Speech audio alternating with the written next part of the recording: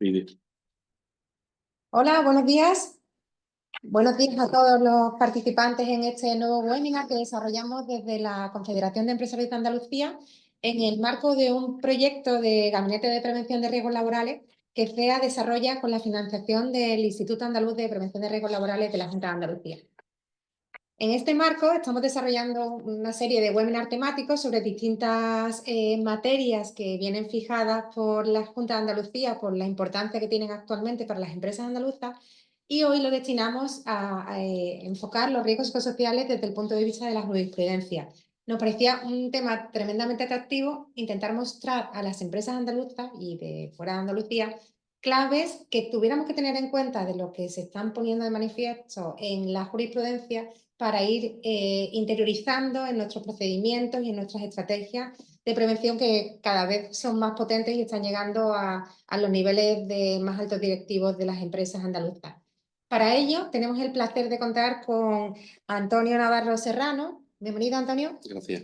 Él es abogado, es laboralista, especialista en negociación colectiva y también en asesoramiento en la estrategia jurídico-laboral y temas de recursos humanos. Ha participado en muchas actuaciones con CEA ya, además lo hace de una manera muy práctica y muy interesante y será un placer para nosotros mostrar esas claves desde su visión que se pueden poner de manifiesto para, sobre todo para ayudar, para facilitar recursos a las empresas que les ayuden a mejorar en este ámbito de los riesgos psicosociales que ahora mismo están de absoluta actualidad y sobre todo en el tema de la salud mental y emocional, que las empresas están haciendo mucho, pero tenemos que avanzar mucho más y la sociedad tiene que avanzar con el mundo de la empresa para lograr ese bienestar que todos desean. Este webinar va a ser grabado, si no les parece mal, se colgará en la web de CEA también como recurso para poder acceder a él posteriormente o para personas que no hayan podido verlo. Y, por supuesto, está abierto a su participación. Cualquier duda, cualquier consulta lo puede poner a través de los mensajes que vienen a través de la aplicación o directamente activar su cámara y plantear la consulta, que eso hará que todos aprendamos mucho más y que enriquezca el webinar. Así que sin más, bienvenida de nuevo desde CEA a todos los asistentes y damos la palabra a Antonio. Muchas gracias. Bueno, buenas tardes, muchas gracias Lola por contar de nuevo conmigo. Encantado de estar aquí en CEA y de tratar un tema tan interesante y tan en boga como este. Es evidente que los riesgos psicosociales forman parte de la prevención de riesgos laborales, pero al final es una rama que se ha quedado un poco olvidada, un poco dejada de lado, vamos a decirlo. ¿Por qué? Porque cuando se produce un accidente, cuando se produce un accidente como puede ser una caída, o se produce un atrapamiento, o se produce una salida de líquidos que puede decir que es ácido que quema a la persona, ese accidente que es físico es mucho más palpable y es donde se ha centrado hasta hace poco tiempo lo que es la prevención de riesgos laborales en la empresa. O sea, lo veo, lo tengo que evitar y demás. Los riesgos psicosociales que estaban ahí, ya lo veremos, como la Ley de Prevención de Riesgos Laborales del año 95, que cumple ahora 30 años precisamente, pues ya contemplaba esta situación. No es una situación nueva que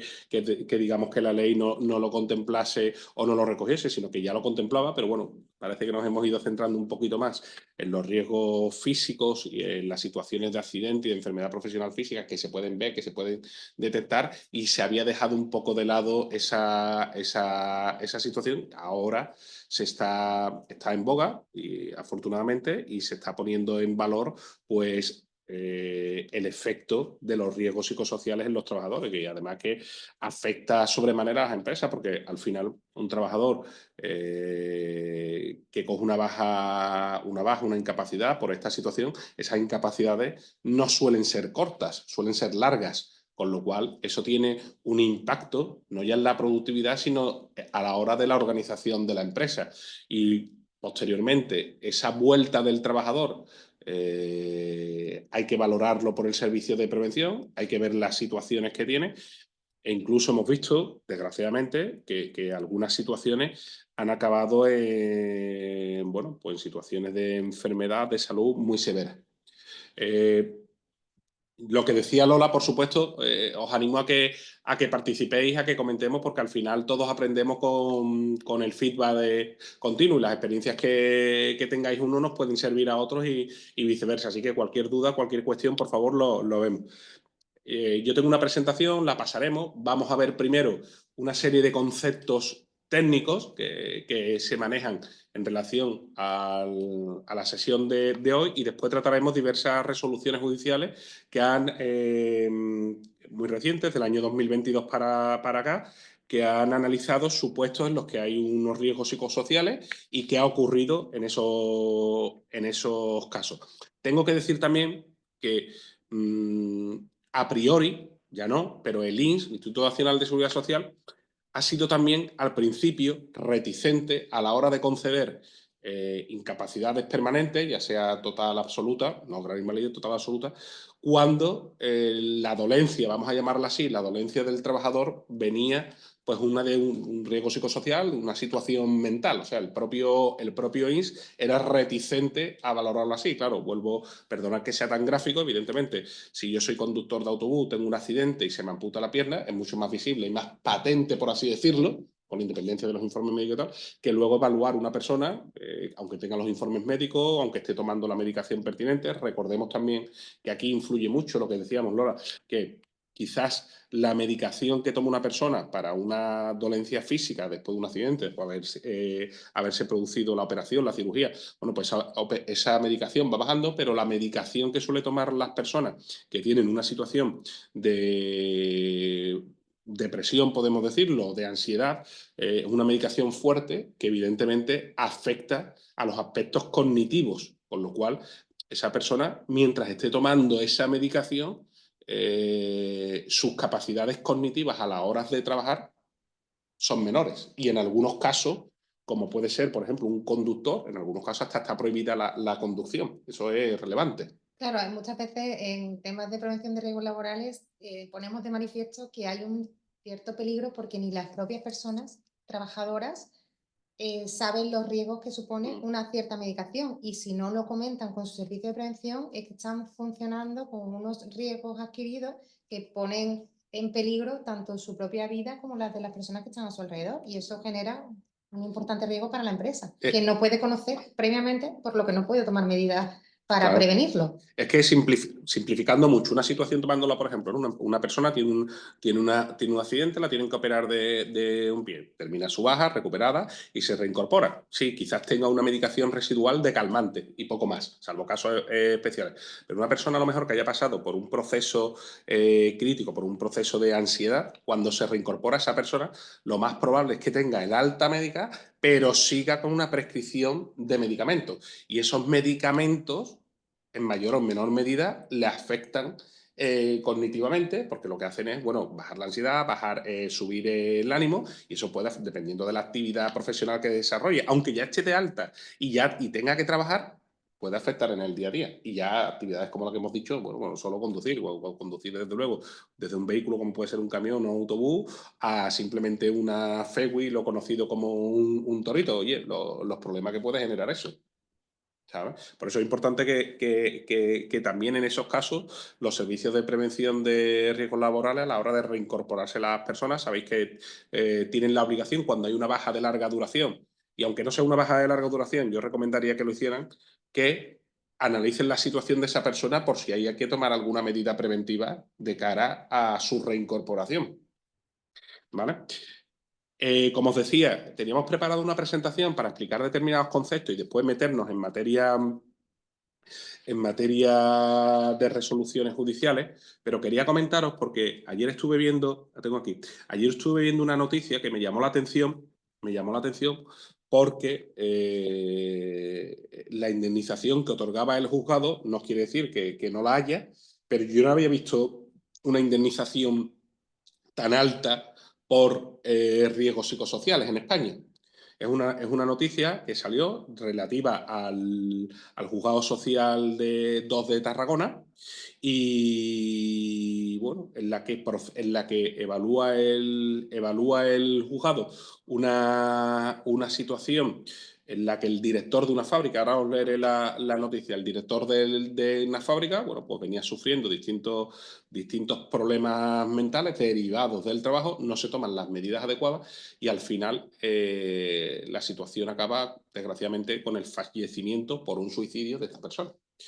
La noticia salió ayer, la sentencia no está, la sentencia es de un despacho catalán que se llama Colectivo Rondas, un despacho histórico catalán, laborista, que se dedica a la defensa de trabajadores, es una referencia allí, así que bueno, lo que hice es que intenté ponerme en contacto, vamos, para que lo sepáis, con la compañera, para que me facilitara la sentencia, por supuesto anonimizada, pero no estaba en el despacho, no la logré localizar. Y sí que logré ver una nota de prensa que ellos emitieron en el propio despacho. Os la voy a poner, os la voy a leer porque es muy breve y es muy significativa. Y dice: el Juzgado Social 2 de Tarragona ha condenado a las mercantiles tal y tal, ambas conectadas societariamente, por incumplir su deber de prevención y vigilancia de los riesgos psicosociales e indemnizar con el pago de, ojo, 1.140.965,28 euros, es decir, más de 1.000.000 de euros, a la familia del antiguo director de la fábrica de la compañía, que se suicidó en las instalaciones de la empresa. O sea, el suicidio fue en las propias instalaciones de la empresa. La situación tuvo que ser, la verdad es que bastante dramática. En mayo de 2020, la sentencia valora que la empresa, estoy hablando del texto que ellos tienen puesto, la sentencia valora que la empresa no disponía de ninguna evaluación de riesgos psicosociales como resulta preceptivo y constata que tampoco se aplicaron medidas de vigilancia de la salud frente al estado en el que se encontraba el director, con múltiples elementos de estrés y angustia, todos de conocimiento público en el contexto empresarial, como lo demuestra la preocupación que la plantilla tenía sobre su estado. En marzo de 2022, o sea, previamente en la demanda, pero no previamente a esta sentencia, ya se había considerado que la situación de este señor debía considerarse que era accidente laboral y que era una contingencia profesional y que por tanto debía de tratarse. O sea, que parece que este hombre ya interpuso un procedimiento por una baja que había tenido y que se le había discutido si era una contingencia común o una contingencia profesional. Y sigue la noticia diciendo: la resolución del Juzgado Social 2 de Tarragona condena al abono de esta indemnización por los incumplimientos materiales en materia preventiva y no realizar ninguna prevención para evitar el desgraciado accidente, o al menos intentar controlarlo, o a través de las fuentes de información existentes y de los datos objetivos mediante la observación del trabajador y el entorno y la percepción de los trabajadores afectados a través de técnicas como la entrevista personal, cuestionarios, etcétera. Al final, bueno, se hace una serie de referencias aquí en la noticia y al final lo que refiere es que desde el punto de vista desde el juzgado, que se pone de manifiesto que en muchísimas empresas las políticas de prevención son insuficientes o incluso inexistentes en lo referente a la necesidad de velar y preservar el bienestar psíquico y la salud mental, como si esta no fuera una parte integral de las obligaciones empresariales en materia de seguridad, tal y como establece con total claridad la legislación vigente en materia de prevención de riesgos laborales, tanto la legislación nacional como la comunitaria. Este es un caso extremo en el que una persona ha perdido la vida como consecuencia directa de la tensión, las preocupaciones y la angustia derivadas de su actividad laboral frente a la indiferencia y la inacción de las empresas empleadoras, las cuales había manifestado reiteradamente el malestar y sufrimiento que experimentaba, según se recoge en la sentencia. Bueno, más allá del caso, que, hombre, ha acabado desgraciadamente mal con el fallecimiento, pero es importante que tengamos en cuenta, bueno, lo que dice la noticia de los compañeros, que dice la sentencia. Oye, es una situación conocida, él era el director de la empresa, bueno, pues conocida en su caso, entiendo, por el Consejo de Administración. Era una situación, tenía que ser muy palpable, porque hasta la propia plantilla se pone de manifiesto que la conocía. O sea, había incluso, parece que impugnado, un procedimiento de baja porque se le había considerado como contingencia común y había conseguido que fuera contingencia profesional, y la situación tenía que ser tal que desgraciadamente pues derivó en el suicidio dentro de las propias instalaciones, que yo sí que es cierto que he visto muchas sentencias de lo social, pero no recuerdo haber visto ninguna, no digo que la haya, por supuesto que pueda haberla, de un suicidio dentro de las propias instalaciones de la empresa. He visto suicidios fuera, pero suicidio dentro de las instalaciones de la empresa, la verdad es que no recuerdo ninguna. No sé si tú, Lola. No, y lo que sí me llama la atención es que parece muy contundente la forma en la que aluden que el suicidio viene provocado por las condiciones que se producen en la empresa, Mm. porque lo difícil en estas situaciones es deslindar en qué nivel le está afectando la organización empresarial y el nivel de estrés empresarial con su Mm. vida también diaria, Personal. que también puede sufrir vaivenes como sufrimos todos lamentablemente, bueno, tanto en positivo como también en negativo, pero ahí parece dejarlo muy claro. Mm. O sea, que con Hay, esta previa condenan a la empresa por no haber previsto deber de protección y de vigilancia, por lo que han absolutamente dicho de forma inexistente, sí. clara. Ahí habría que verlo. Pasa que, claro, no tenemos la resolución, a ver si la consigo. Los hechos probados, porque, claro, los hechos probados se va a relatar seguramente todas las actuaciones que ha habido.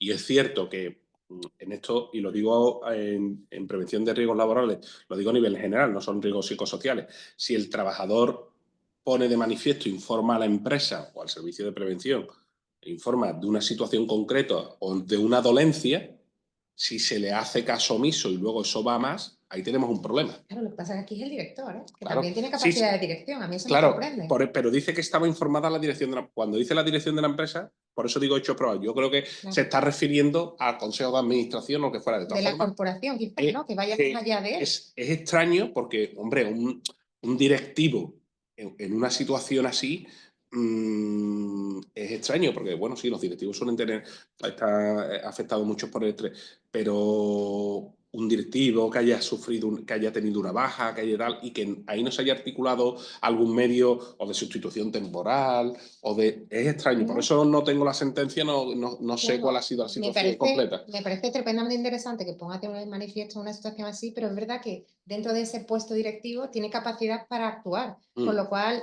resulta raro que si ha tenido alguna iniciativa para implantar medidas de prevención vinculadas al ámbito psicosocial en su empresa, quizás lo tuvo y se lo han parado. No, para. Pero es una situación que a mí también me Habría que gustaría ver. analizar porque para ser tan contundente debe estar los hechos muy Y, claros. y la cantidad es importante, vamos, que es 1.140.000, 1.140.000 euros.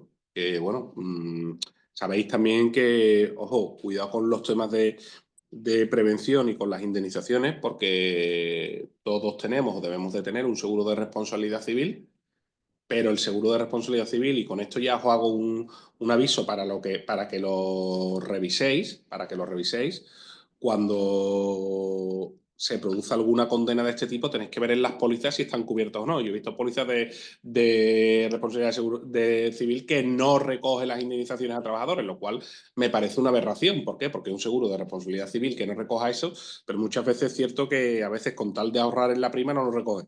Y tenéis que ver también, por supuesto, no solo eso que lo contemple, sino además el importe límite, porque las pólizas llevan un importe límite, y eso quiere decir que si lleva, por ejemplo, 50.000 euros, pongámoslos como ejemplo en este caso, pues 50.000 euros lo va a pagar la compañía de seguro, pero el resto, hasta 1.140.000 euros, lo tiene que asumir la empresa.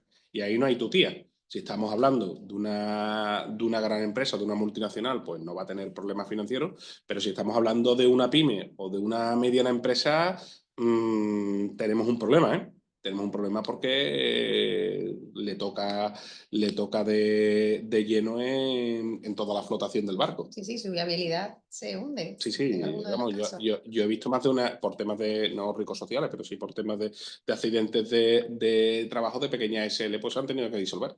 Es que no, vamos, la empresa tras los juicios y tras el recargo de prestaciones, que sabéis también que hay que capitalizarlo por una cantidad concreta, el recargo de prestaciones, pues no ha podido seguir. Que esa es una de las cuestiones que muchos laboralistas decimos, Lola, que el tema del recargo de prestaciones es evidente, que dice la norma que no se puede asegurar. Vale, yo no puedo asegurar el recargo de prestaciones, pero ¿por qué usted, legislador, no me deja contratar un seguro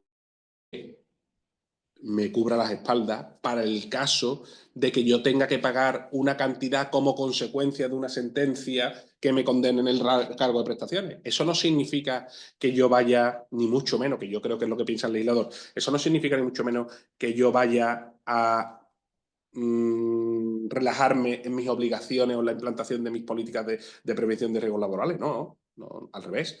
Pero sí me va a dar un poco de cobertura y además va a dar más seguridad jurídica, porque en caso de pequeñas y medianas empresas, el recargo de prestaciones, que sabéis que el mecanismo es que si se declara el recargo, que puede ser de un 30 a un 50, y dependiendo de la edad de la persona, de los hijos y demás, puede ser una cantidad importante, hay que capitalizarlo de una sola vez. O sea, la Seguridad Social lo que hace es un cálculo actuarial y te dice, en función de la edad de esta persona, de los hijos, de que no va a poder trabajar, etcétera, etcétera, el recargo de prestaciones, el 30% es X miles de euros. Lo tienes que capitalizar de una vez.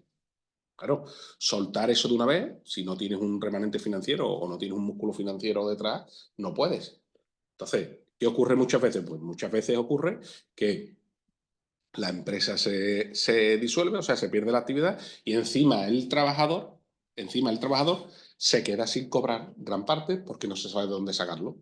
¿No? Pues déjeme usted, por favor, lo vuelvo a decir, no asegurarme el recargo de prestaciones, no asegurarme que yo haga mal las cosas, sino asegurarme la posible consecuencia. Eso además me va a dar seguridad jurídica, no solo a mí, sino va a dar seguridad jurídica al trabajador, porque si existe esa situación y la empresa no tiene capacidad económica para afrontar esa capitalización, ahí hay una póliza y va a capitalizar esa cantidad y el trabajador va a poder cobrarla en su momento y nadie sale perjudicado, pero bueno, es lo que tenemos. Bueno, una vez dicho, no sé, Lola, si quieres comentar algo. Que precisamente además esa es otra de las normas que perjudican más a las pequeñas empresas, porque al final en Andalucía son el 99,5% de todas las empresas que operan en nuestra comunidad y tienen mucho menos músculo financiero que las grandes empresas para hacer frente a situaciones como esta. El problema de la ley de prevención tan ambiciosa y tan exhaustiva es que la misma norma vale para una gran corporación y para una pequeñísima empresa. Claro, pero los recursos no son los mismos. Eso es.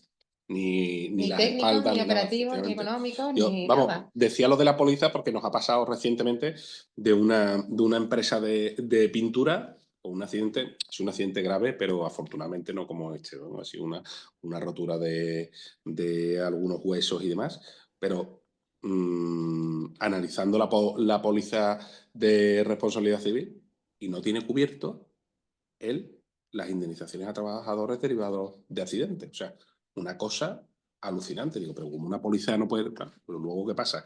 A la hora de contratar las pólizas y demás, yo no, vas a pagar muy poco de prima, vas a pagar muy tal. Sí, sí, la cuestión no es lo que paga, la cuestión es que no tengas que utilizar nunca la póliza, pero cuando llegue, y ahora hay un problema ahí. Ahora hay un problema, tanto para el trabajador como para la empresa. Bueno, no se sabe lo que va a pasar. Vamos a tener un procedimiento judicial en el que se va a discutir qué es lo que ha ocurrido, porque hay demanda, evidentemente, pero si al final hay condena indemnizatoria, los parámetros en los que se mueve, pues la empresa va a disolución,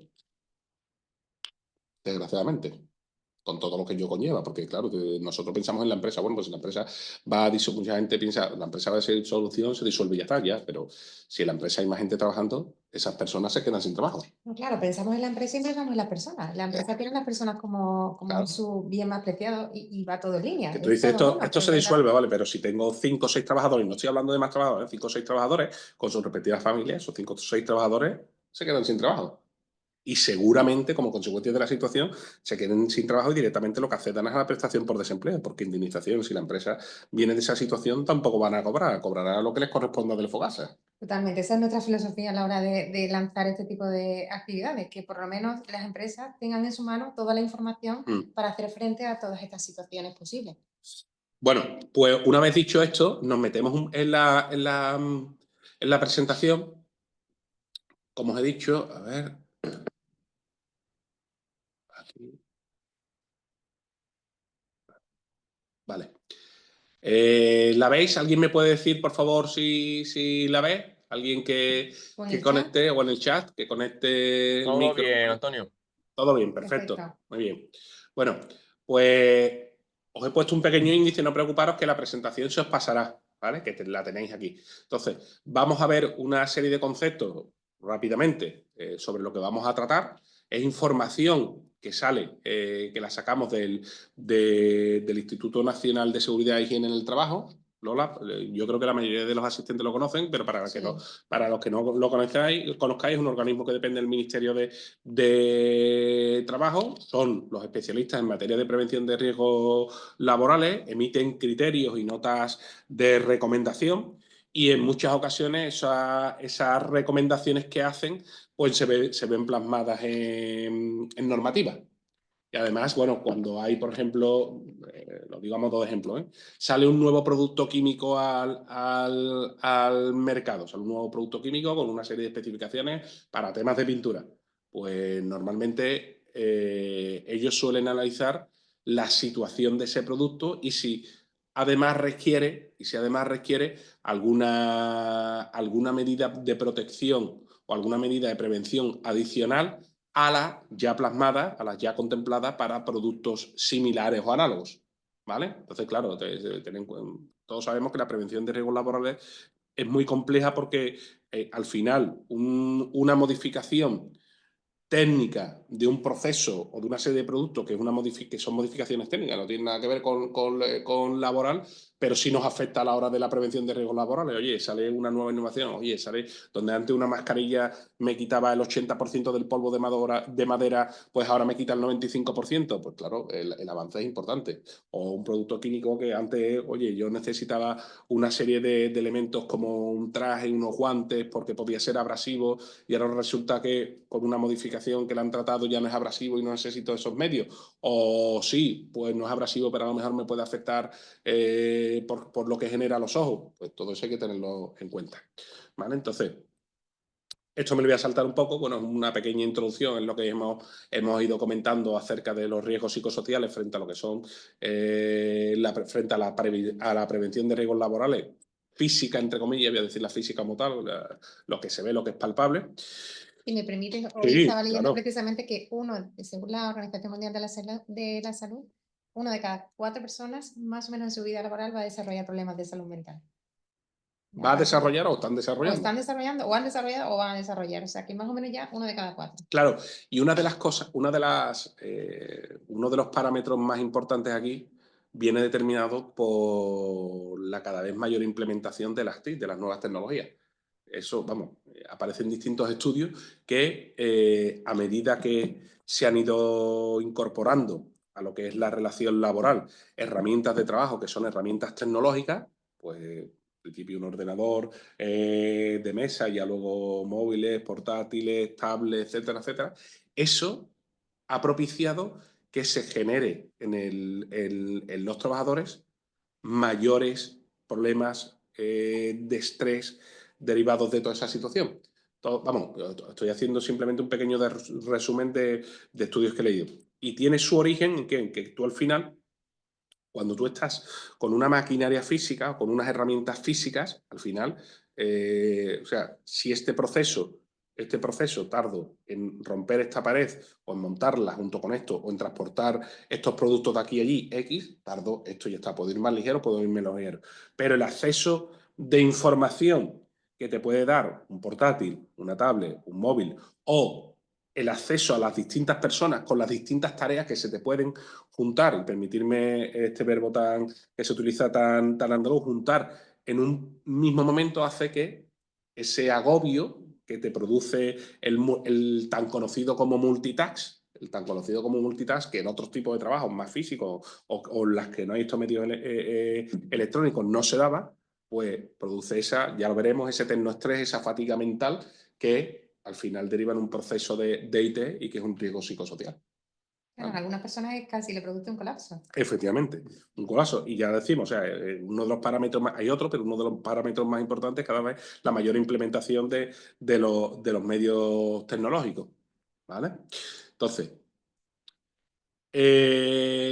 muy brevemente, definición de síndrome de burnout, como es la denominación guisajoma, o síndrome de quemarse en el trabajo. ¿Vale? Bueno, pues es una situación la comunidad científica, bueno, ya acepta en una situación, un riesgo que ya está aceptado en la comunidad científica desde hace años, es más, está estudiado en los países anglosajones, que al final se sintomatiza en que pues, hay un cansancio emocional de la persona, hay una despersonalización bien del trabajo, bien de las tareas que hace, y la persona también siente que se le minusvalora o su trabajo no tiene un efecto como el que antes tenía, incluso se ve poco realizado, son parámetros comunes que se suelen dar en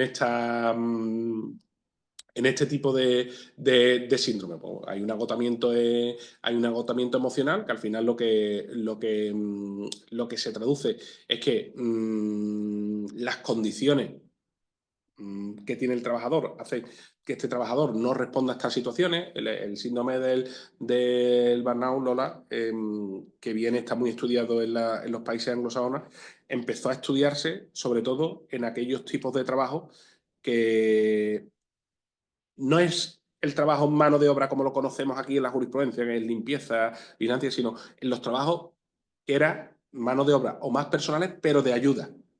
Empezaron a estudiarlo al principio en lo que era en el ámbito sanitario. En el ámbito sanitario, ¿por qué? Porque hay mucho contacto personal. Empezaron y vieron, de ahí nació el síndrome, o sea, de ahí nació esa denominación y se empezó a estudiar, pues, que se daba sobre todo en trabajos en los que era una ayuda constante. Pues una ayuda constante puede ser en el ámbito sanitario, en el ámbito de la ayuda por dependencia y tal, un agotamiento emocional. ¿Por qué? Porque estás sujeto tú a muchas situaciones externas que al final, dependiendo de la persona, si empatiza más o menos, pues las asume en parte o no y les afecta mentalmente. Les afecta mentalmente.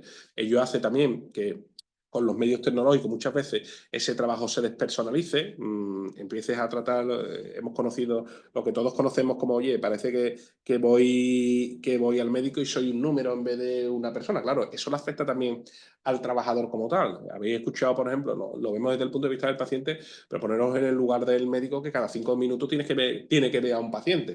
O sea, la frustración, y va ligado con la baja realización personal, claro, la frustración tampoco de poder atender o de poder indagar en qué realmente le está pasando a una persona, porque sí, habrá situaciones que a lo mejor el médico la diagnostique rápido y tal, pero en otras dirá, tengo otro, y ahora me tengo que ir a una urgencia, ahora me están llamando que tengo un aviso domiciliario, y ahora esto al final a la persona, y cuando tienen pues evoluciones complejas, que esa persona se agrava su dolencia, pues al final pues a los profesionales les afecta también. Por eso el estudio de esta figura viene de los ámbitos sanitarios y el ámbito de las ayudas a personas, y ya luego se ha extendido y se ve que se puede dar en cualquier sector, ¿de acuerdo? Os he puesto ahí un poco las notas, como yo he dicho, toda información que hemos sacado del Instituto Nacional de Seguridad y Higiene en el Trabajo, las ANTP, que son las notas, recomendaciones que saca el INSHT, y para que veáis un poco la definición y cómo se trabaja en ese sentido. Claro, a mí personalmente el problema que me generan todos los riesgos psicosociales de este tipo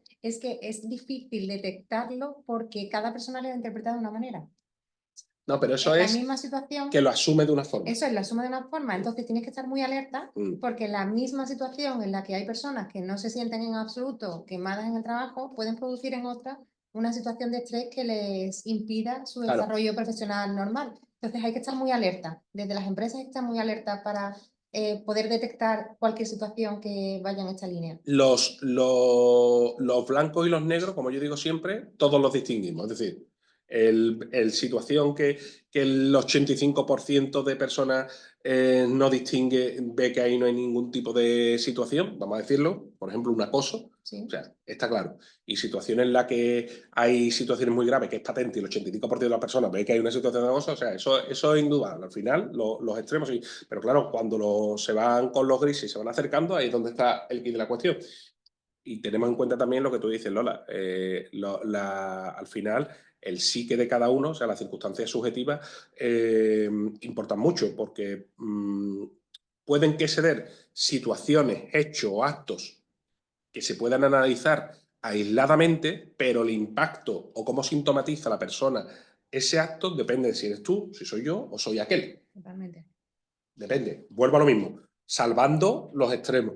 Pero hay determinadas situaciones que, bueno, pues depende de tus experiencias personales, de tus experiencias profesionales también, pues tú le das más relevancia, le das menos relevancia. Ojo, sin quitarle importancia a la actuación o al acto concreto, ¿eh? Pero tú le das menos relevancia, le das más relevancia, te lo tomas de una forma, te lo tomas de otra forma, etcétera. Y bueno, pues eso también está estudiado. Hay personas que son más obsesivas, por así decirlo, en su razonamiento, en su psique, y le dan mucha más vuelta a situaciones que a lo mejor otras personas, pues oye, se quedan en ese momento y ya está. Eso es. ¿Vale? Entonces, claro, eso es muy complejo.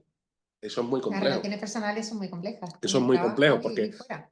porque lo veis también, además, lo vemos también, si nosotros vamos a la sanidad pública, sí, si tenemos un accidente, pues me voy a urgencia, está el traumatólogo, está el dermatólogo, está el cirujano maxilofacial si me ha pasado algo en la cara, está cual. Claro, pero si lo que tengo es una problemática interna, que yo achaco, que puede ser o no, que yo achaco al trabajo, los profesionales de psicología o psiquiatría de la sanidad pública son mucho menores en comparación con los otros. Es que aquí las consultas de psicología y psiquiatría mínimo son 4 meses, yo lo he estado viendo, mínimo son 4 meses que te dan para cita. Y ahora te ve el psiquiatra y ahora tú le cuentas lo que sea, le dices esto y ahora, bueno, te mandará un tratamiento o no, pero no te vuelve a ver hasta los 3 o 4 meses. Y el seguimiento es por tu médico de cabecera, claro. Seguimiento por el médico de cabecera, cuando el seguimiento del médico de cabecera, tú has ido de una operación, de un trauma, él tiene el informe y él lo único que hace es ver el informe de un trauma, oye, una pierna rota, tal cual, vale, pues venga, te sigo prescribiendo los medicamentos, tal, tal. A ver la cicatriz, oye, tiene buena pinta, oye, pues no tiene buena pinta, vea urgencia y otra. Pero el seguimiento de una persona con una situación mental complicada. Yo me gusta mucho utilizar otras palabras porque parece que si no, que señalamos a la persona una situación mental complicada por parte de un médico de cabecera es complicado porque dice, bueno, te ha visto el psiquiatra, estás con esta medicación, ¿qué hago yo? No es palpable, no te veo la evolución, no puedo ver, ¿sabes? Estoy a expensas de lo que tú me cuentes. Eso es el fundamental problema que tienen los servicios de prevención en las empresas y las empresas. Que para tomar medidas, ¿con qué base la toman? Porque tienen que recibir información para poder actuar en positivo. Entonces, tienen que ser absolutamente delicados y tienen que tratar todo con muchísimo sigilo profesional y con muchísima delicadeza para que esas situaciones se puedan generar y a partir de ahí poder construir una estrategia que de verdad sea positiva. Y en muchas resoluciones judiciales, se analiza también, evidentemente, hay un problema de un riesgo psicosocial en el trabajo, ¿vale? Lo que sea, pero se analiza también la existencia de otras situaciones a nivel personal que influyen ahí, ¿vale? No quiere decir que lo que esté ocurriendo en el trabajo no sea lo suficientemente importante o no, pero que al final la situación del trabajador, en algunos casos, es la suma de ambas situaciones. No de una situación por aquí o de una, no, es la suma de ambas situaciones. O sea, no decimos, nadie dice, no, yo hoy estoy solo mal por lo que me ha pasado en el trabajo. No, hoy solo estoy mal por lo que me ha pasado en mi casa, con mis hijos, con mi mujer, con mi padre, con mi madre. No, es imposible. O sea, no podemos distinguir cómo nos sentimos o lo que nos afecta en función de lo que hayamos vivido. Claro, nosotros siempre decimos desde organizaciones empresariales que la salud es global, la tenemos para todo, para nuestra vida personal y para nuestra vida laboral. No hay una salud en el ámbito laboral y luego en nuestro entorno social tenemos otra. Es una sola y por eso tenemos que cuidarla desde la empresa, desde la sociedad y desde nosotros mismos como personas.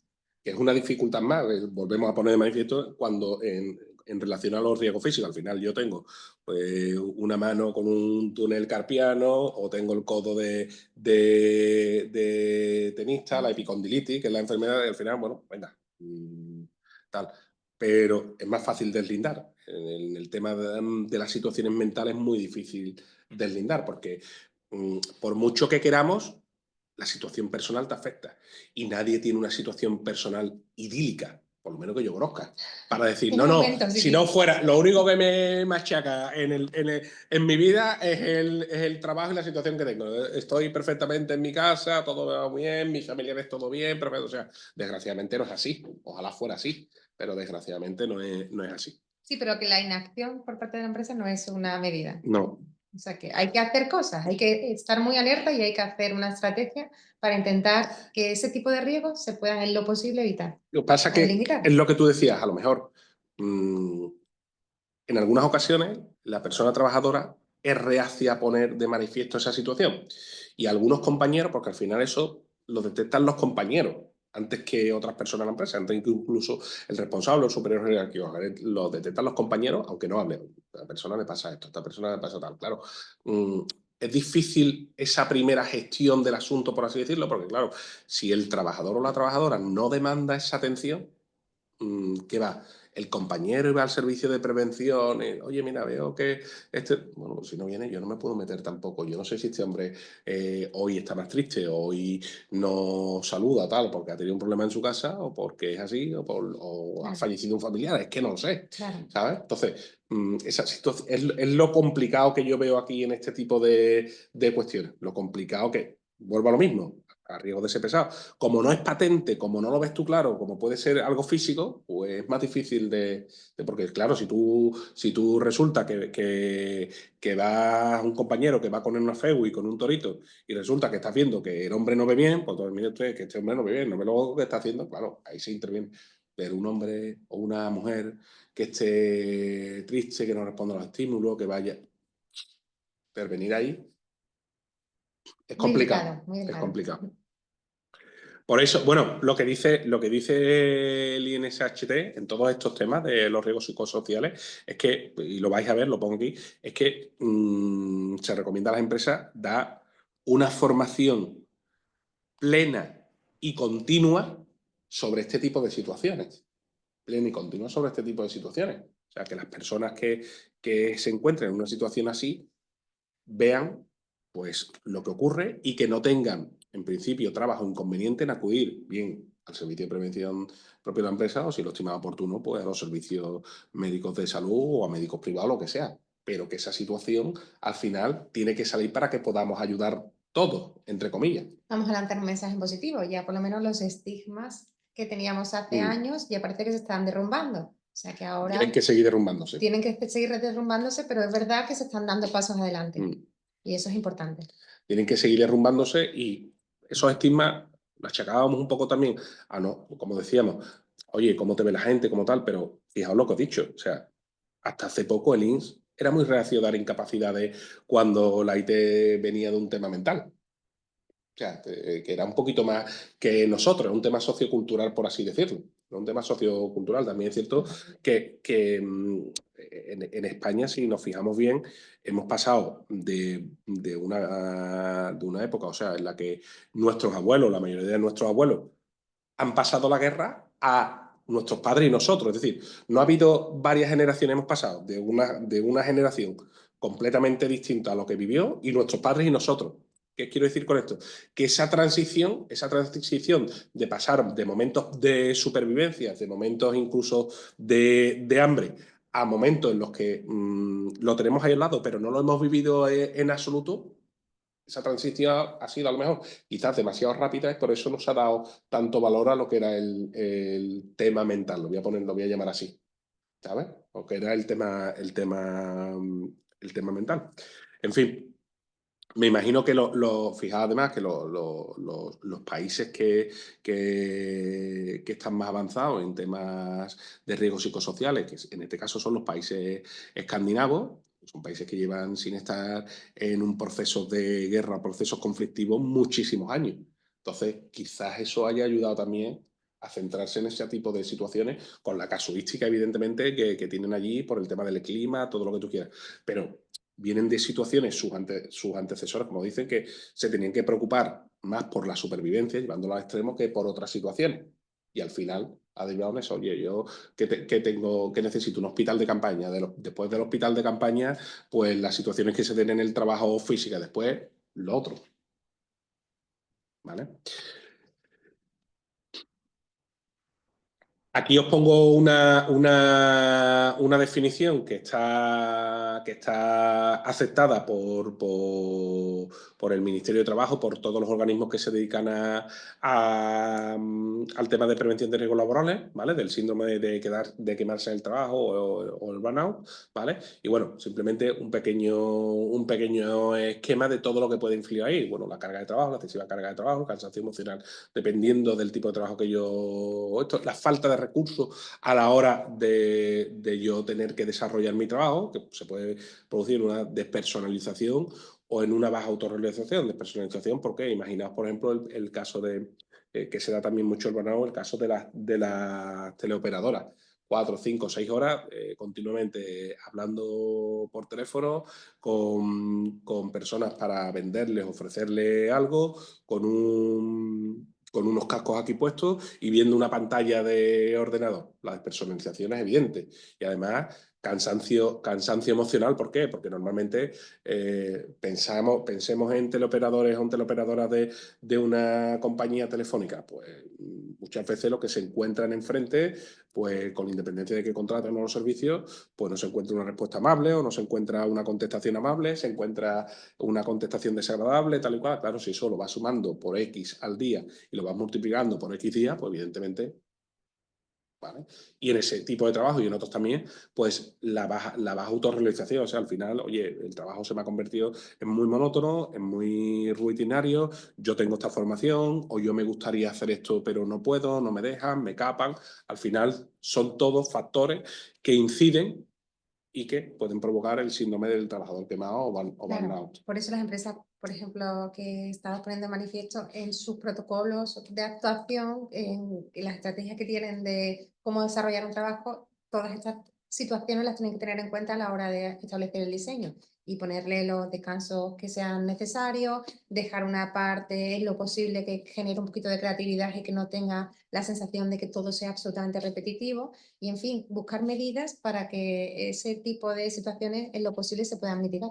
Los descansos es importante, pero fijaos, como tú dices, los descansos es importante para bajar un poco el nivel, el nivel de ansiedad que puede, o los picos de estrés que puede tener el trabajo. Pero también hay estudios que dicen que al final, mm, más allá de los descansos legales y más allá de la política de empresa, al final depende del trabajo y de la persona, porque no puedes obligar tampoco a ciertas personas que están concentradas en una materia, a ciertas personas que están concentradas en una materia, a dejar esa materia para hacer el descanso, porque luego a lo mejor les cuesta mucho volver a esa situación. Mientras tú lo haces con la finalidad, con la voluntad de relajar la situación, que esa persona se vada y que pueda volver, a esa otra persona el efecto es el contrario. O sea, me sacas de la concentración y ahora me es muy complicado volver a eso. O sea, es que aquí todo es muy subjetivo. No, no, por eso Es todo muy subjetivo, pero eso claro, está contemplado también, ¿eh? claro, También lo dice el claro. INSHT, o sea, que no es una cuestión que se dé extraordinariamente, ¿sabes? No, no, por eso las empresas en los escenarios en los que se mueven es los de absoluta flexibilidad para adaptar todas las situaciones a su sector, a sus empleados, a su fórmula para intentar impactar lo mejor posible en la salud de todos.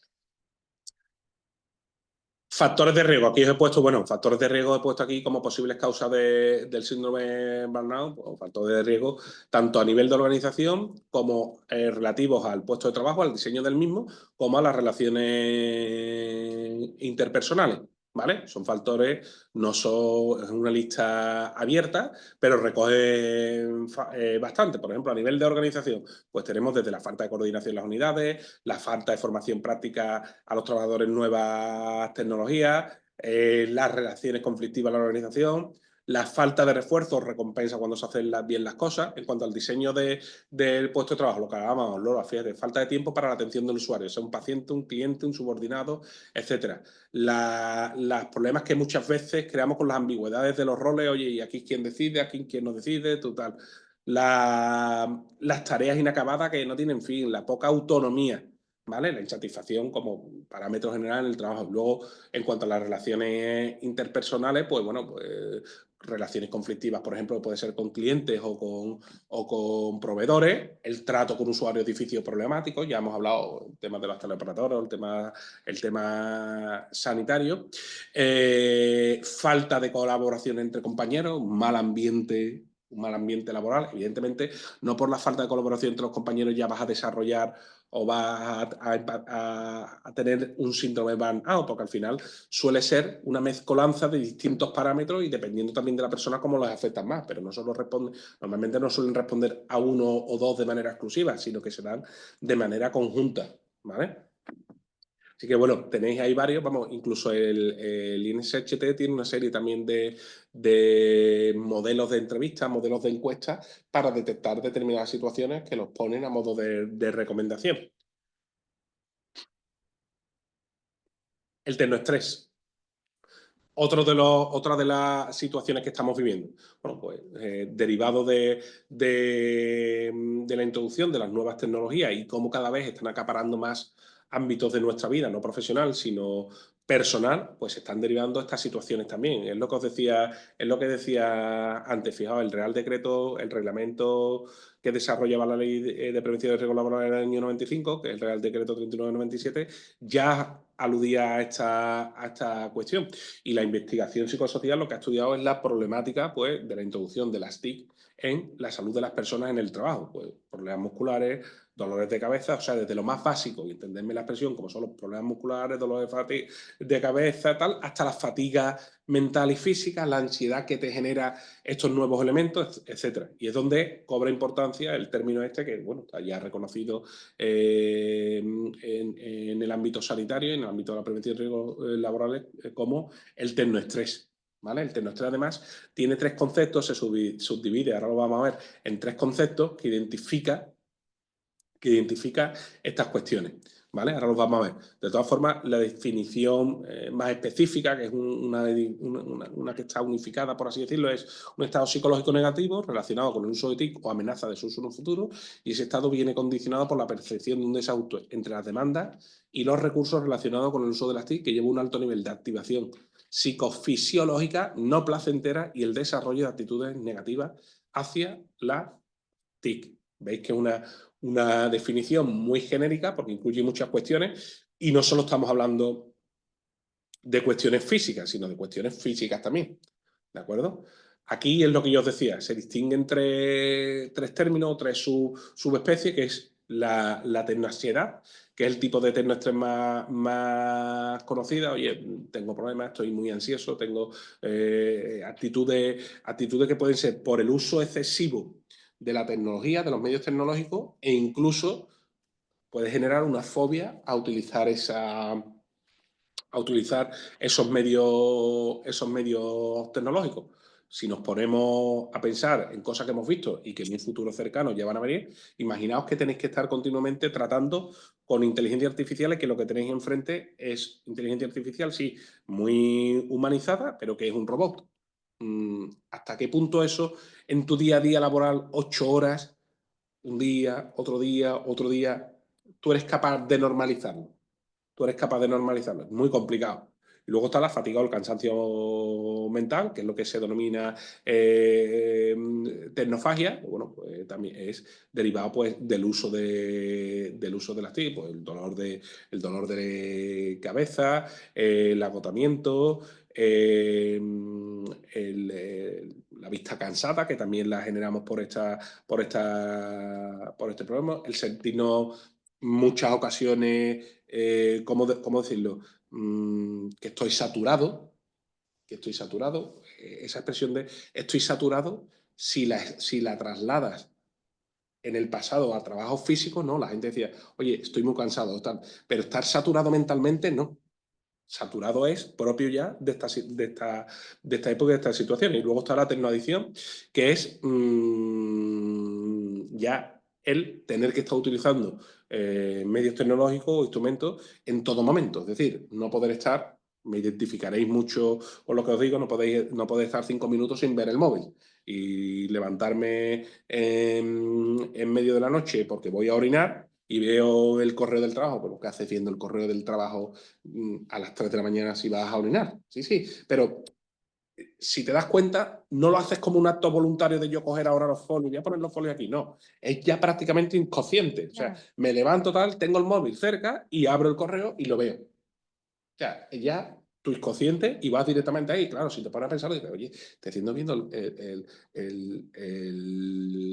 correo del trabajo o viendo un documento que me lo han mandado, tal. De ahí viene también el tema de las restricciones que hay en muchas empresas, las políticas de desconexión digital, de cortar las comunicaciones en distintos tramos horarios para intentar sesgar, intentar evitar ese problema. Y ahí, Tiene mucho que ver también con la educación. El claro, mundo de la empresa puede hacer mucho, pero también en la educación hay que empezar desde pequeñitos para intentar que esa nueva situación también se enfoque de una manera mucho más consciente, ¿no? mucho más consciente. Pero Lola, fíjate, yo que lo veo más allá, o sea, yo por ejemplo, lo veo al final, los contenidos que, más allá del tema profesional, los contenidos que se te generan en las distintas redes sociales, me da igual que sea TikTok, Instagram, LinkedIn, me da igual que sea de profesional, al final son contenidos que están hechos, en la mayoría de las veces, para ser adictivos y que tú no te salgas, son contenidos cortos, tal y cual. Es lo que es, yo lo estuve viendo y es lo que le denominan los anglosajones el scrolling. El scrolling es que tú te coges el móvil y estás en un autobús o estás en el trabajo o estás donde sea, te pones a ver una noticia y ahora te pones con el dedo a pasar. Scrolling que significa desplazamiento, por eso lo llaman así. Y ahora te pones a pasar otra noticia y ahora tu concepción cuando sueltas el móvil es que has estado 2 o 3 minutos y la realidad es que has estado 25. Fíjate, Totalmente.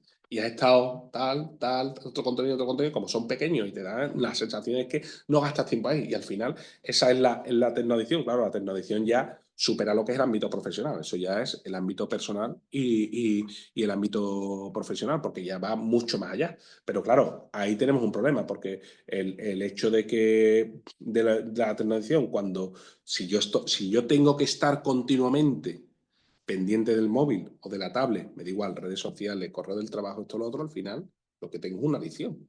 No una adicción física como hemos visto a la droga, una heroína o cocaína, pero sí una adicción a esto, no una adicción al tabaco, pero sino una No, y adicción, puede generar problemas de sueño, por ejemplo, efectivamente. aparte de ansiedad, es que tiene su No, connotación fisiológica después. lo que te recomiendan, de hecho, lo que te recomiendan los médicos es que si vas a dormir o te levantas, no cojas el móvil. ¿Por qué? Porque no es que sea adictivo, es que te pone en alerta.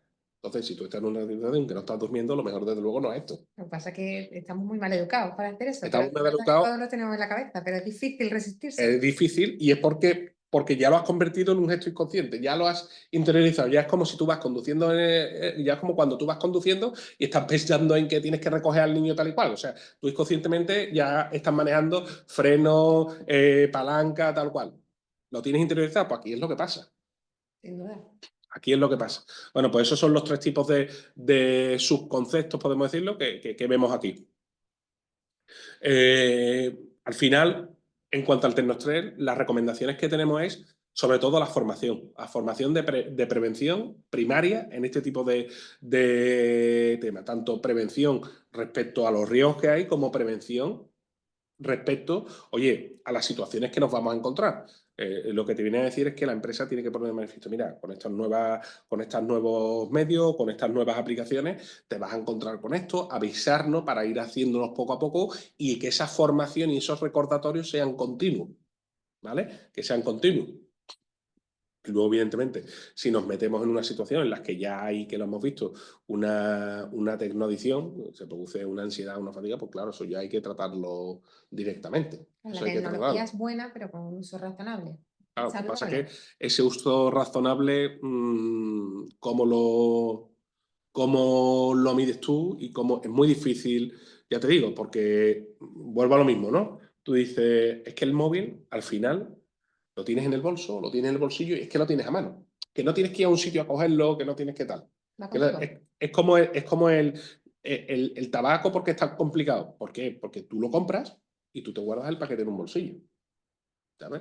La heroína o la cocaína, evidentemente, no puedes hacer ese. Sí, tienes una adicción, pero lo puedes hacer. Pero el tabaco lo guardas tú en el bolsillo y lo entiendes en cualquier sitio. Ya muchas veces de manera inconsciente. El móvil igual. Yo lo cojo, lo guardo, esto, lo otro, en el coche lo llevamos al lado, en el tal, cual. O sea, ¿cuántos accidentes? Eso ya lo veremos en otra cosa, en otro, pero ¿cuántos accidentes hay de estar el WhatsApp, que es un momento? El WhatsApp no es un momento. ¿sabes? Es el momento. ¿Sabes? Sí, En la pero conducción es el momento, es ¿no? lo En que el que te ocurre. puedes provocar el accidente. Es lo que ocurre también, que creemos que el WhatsApp, al final, yo lo veo y es un segundo, y en la realidad no me lleva un segundo, me lleva 3,5. Claro. ¿Vale? Pero bueno, ya está, tendremos que Información, sensibilización, información, ¿verdad? Son todas esas medidas que cuestiones las empresas tienen que adaptar. bueno, que adaptarnos y ya está. Yo es que, pues, vamos, te pasará a ti también, Lola. Yo es que cuando hablo con mis hijos y digo, no, mira, nosotros quedábamos en el instituto, ya para el viernes por la noche quedábamos en un sitio. Y como mucho había un teléfono fijo, y entonces yo, por ejemplo, mi madre me decía que no era mi secretaria personal, entonces que no me daba recados de mis amigos. Entonces, bueno, pues si habíamos quedado a las 9 allí, pues a las 9, y si no aparecía alguien, pues íbamos a buscarlo a su casa, no que había otra. Y en las ferias, ya que estamos aquí en Sevilla, y en las ferias no había móviles ni nada. Una vez que tú entrabas, ¿sabes? Y no nos lo hemos pasado peor ni no nos hemos encontrado gente, al final lo hacían, ¿no? Sí, sí, lo de la feria es un fenómeno a estudiar, desde luego. Lo de la feria al Las final, nuevas generaciones no se creerán que antes claro. nos encontrábamos allí siempre sin necesidad de móvil. Oye, voy a la caseta de tal y ahora vuelvo. ¿Y eso cómo lo hacías? Y ahora con el móvil prácticamente inestable. Pues, bueno, pues hacía. Tiene su encanto, además, ¿eh? Lo anterior tiene su encanto. ¿Sabes? Así que, bueno, el último que voy a comentar, que es la fatiga mental, que puede venir derivado, ya lo hemos visto, del tema de las nuevas tecnologías, o no, puede ser la fatiga mental por otro tipo de situaciones. Los rasgos comunes, pues bueno, la monotonía, la hipovigilancia, la saturación mental, pues son situaciones en las que genera una fatiga mental. Ya depende del tipo de trabajo, bueno, tareas largas, uniformes, repetitivas. La hipovigilancia es el exceso de estado de alerta sobre una situación, ¿lo ves? La hipovigilancia se reduce el rendimiento debido a la disminución de la atención en los trabajos desarrollados. Hay un exceso de tal y al final, ¿qué produce? Produce el efecto contrario. Pues que yo me relajo y me distraigo al ejecutarlo, ¿vale?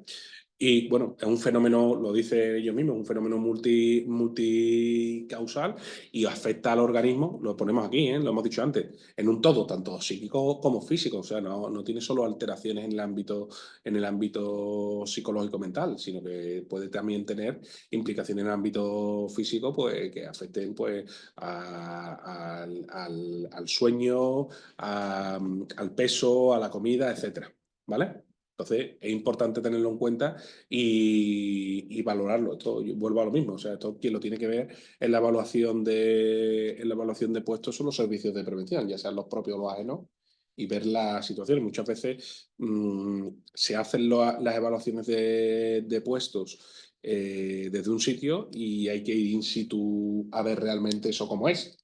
¿Vale? Hay que ver in situ cómo es. Para nosotros nos explican lo que hace en una planta química un panelista, muy bien tal, pero cuando tú estás allí y ves que el panelista tiene, y no exagero, 6 o 7 pantallas, cada una con unos parámetros y tal, bueno, pues sí, el 80% de su día será tranquilo, pero en el momento en el que se produce un desajuste en un proceso tal y cual, la situación es bastante estresante. Teniendo que avisar a uno, teniendo que avisar a otro tal, claro, eso te lo explican y tú lo puedes entender, te puedes llegar a hacer una idea.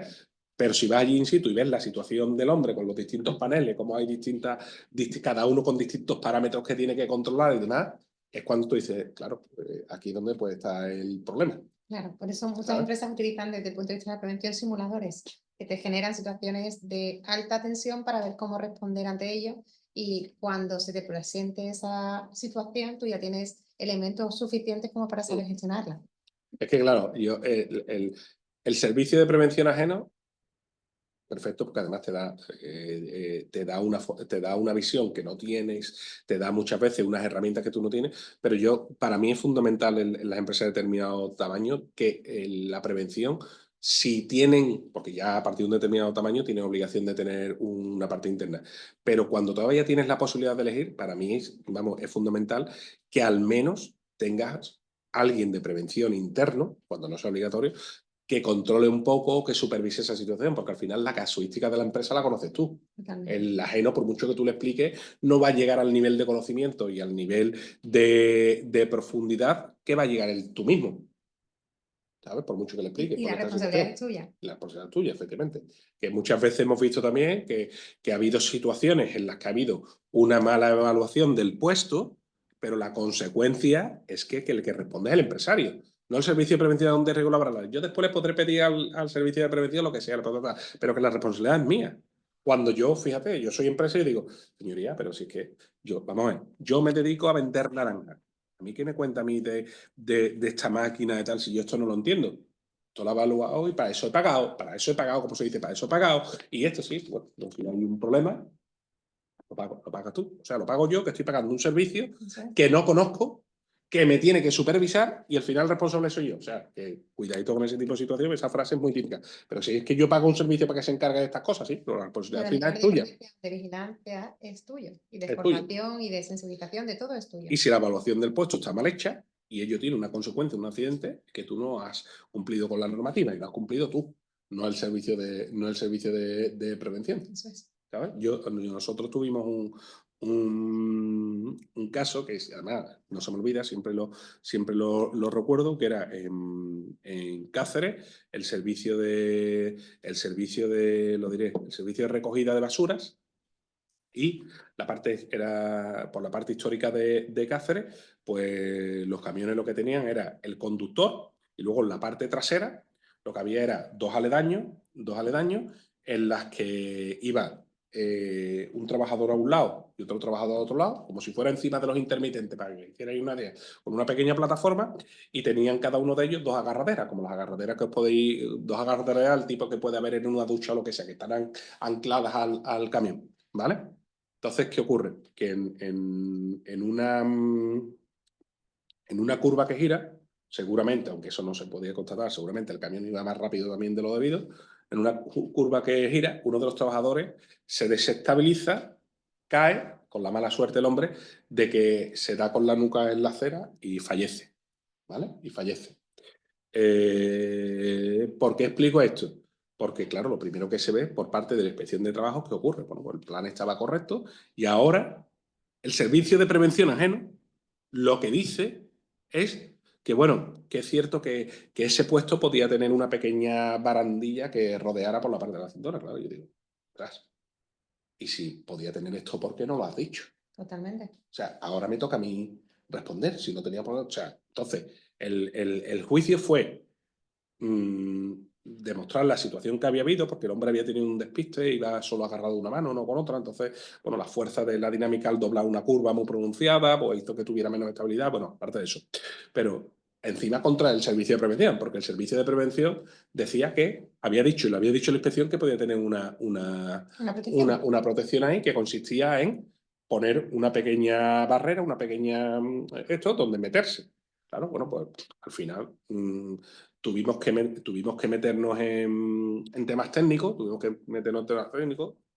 contratamos con un ingeniero y vimos, y está ya la casuística del caso, vimos que los camiones de basura, por lo menos en aquel momento en Europa solo lo hacían dos empresas, que eran dos empresas certificadas por la Unión Europea, y que el camión en sí era como una máquina.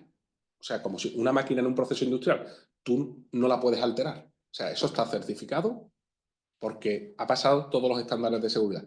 Si yo al camión le añado o le quito algo, pierdo la certificación. Totalmente. Pierdo la certificación. Entonces, a través de un estudio por ahí que se hizo, además el camión era Ross Roca, me acuerdo perfectamente.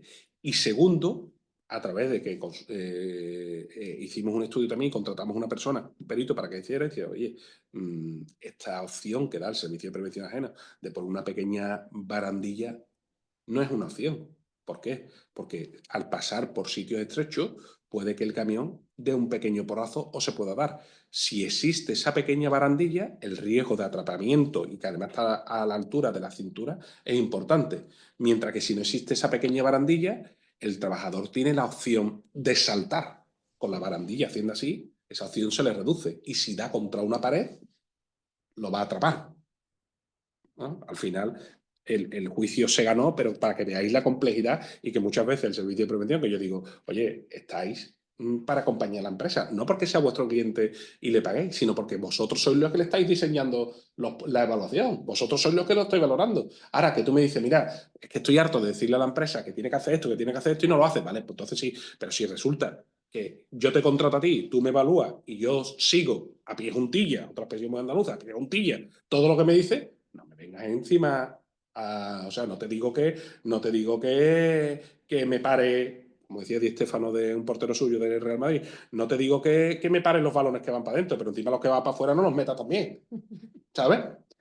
Que a veces sí, pues esa disyuntiva no la encontramos en ocasiones, ¿sabes? Entonces, como decía Lola, al final los responsables somos nosotros y el hecho de que tengamos un servicio de prevención nos obliga también a estar muy encima de ellos y a estar viendo qué es lo que ocurre. Por eso es importante tener gente nuestra interna que vea las cosas. ¿Por qué? Porque si ocurre después cualquier situación y se detecta que ha habido una infracción de la normativa de prevención de riesgos laborales, por mucho servicio de prevención que tengamos, por mucha documentación, por muchas entrevistas, por muchos formularios que se hayan responsables, somos nosotros.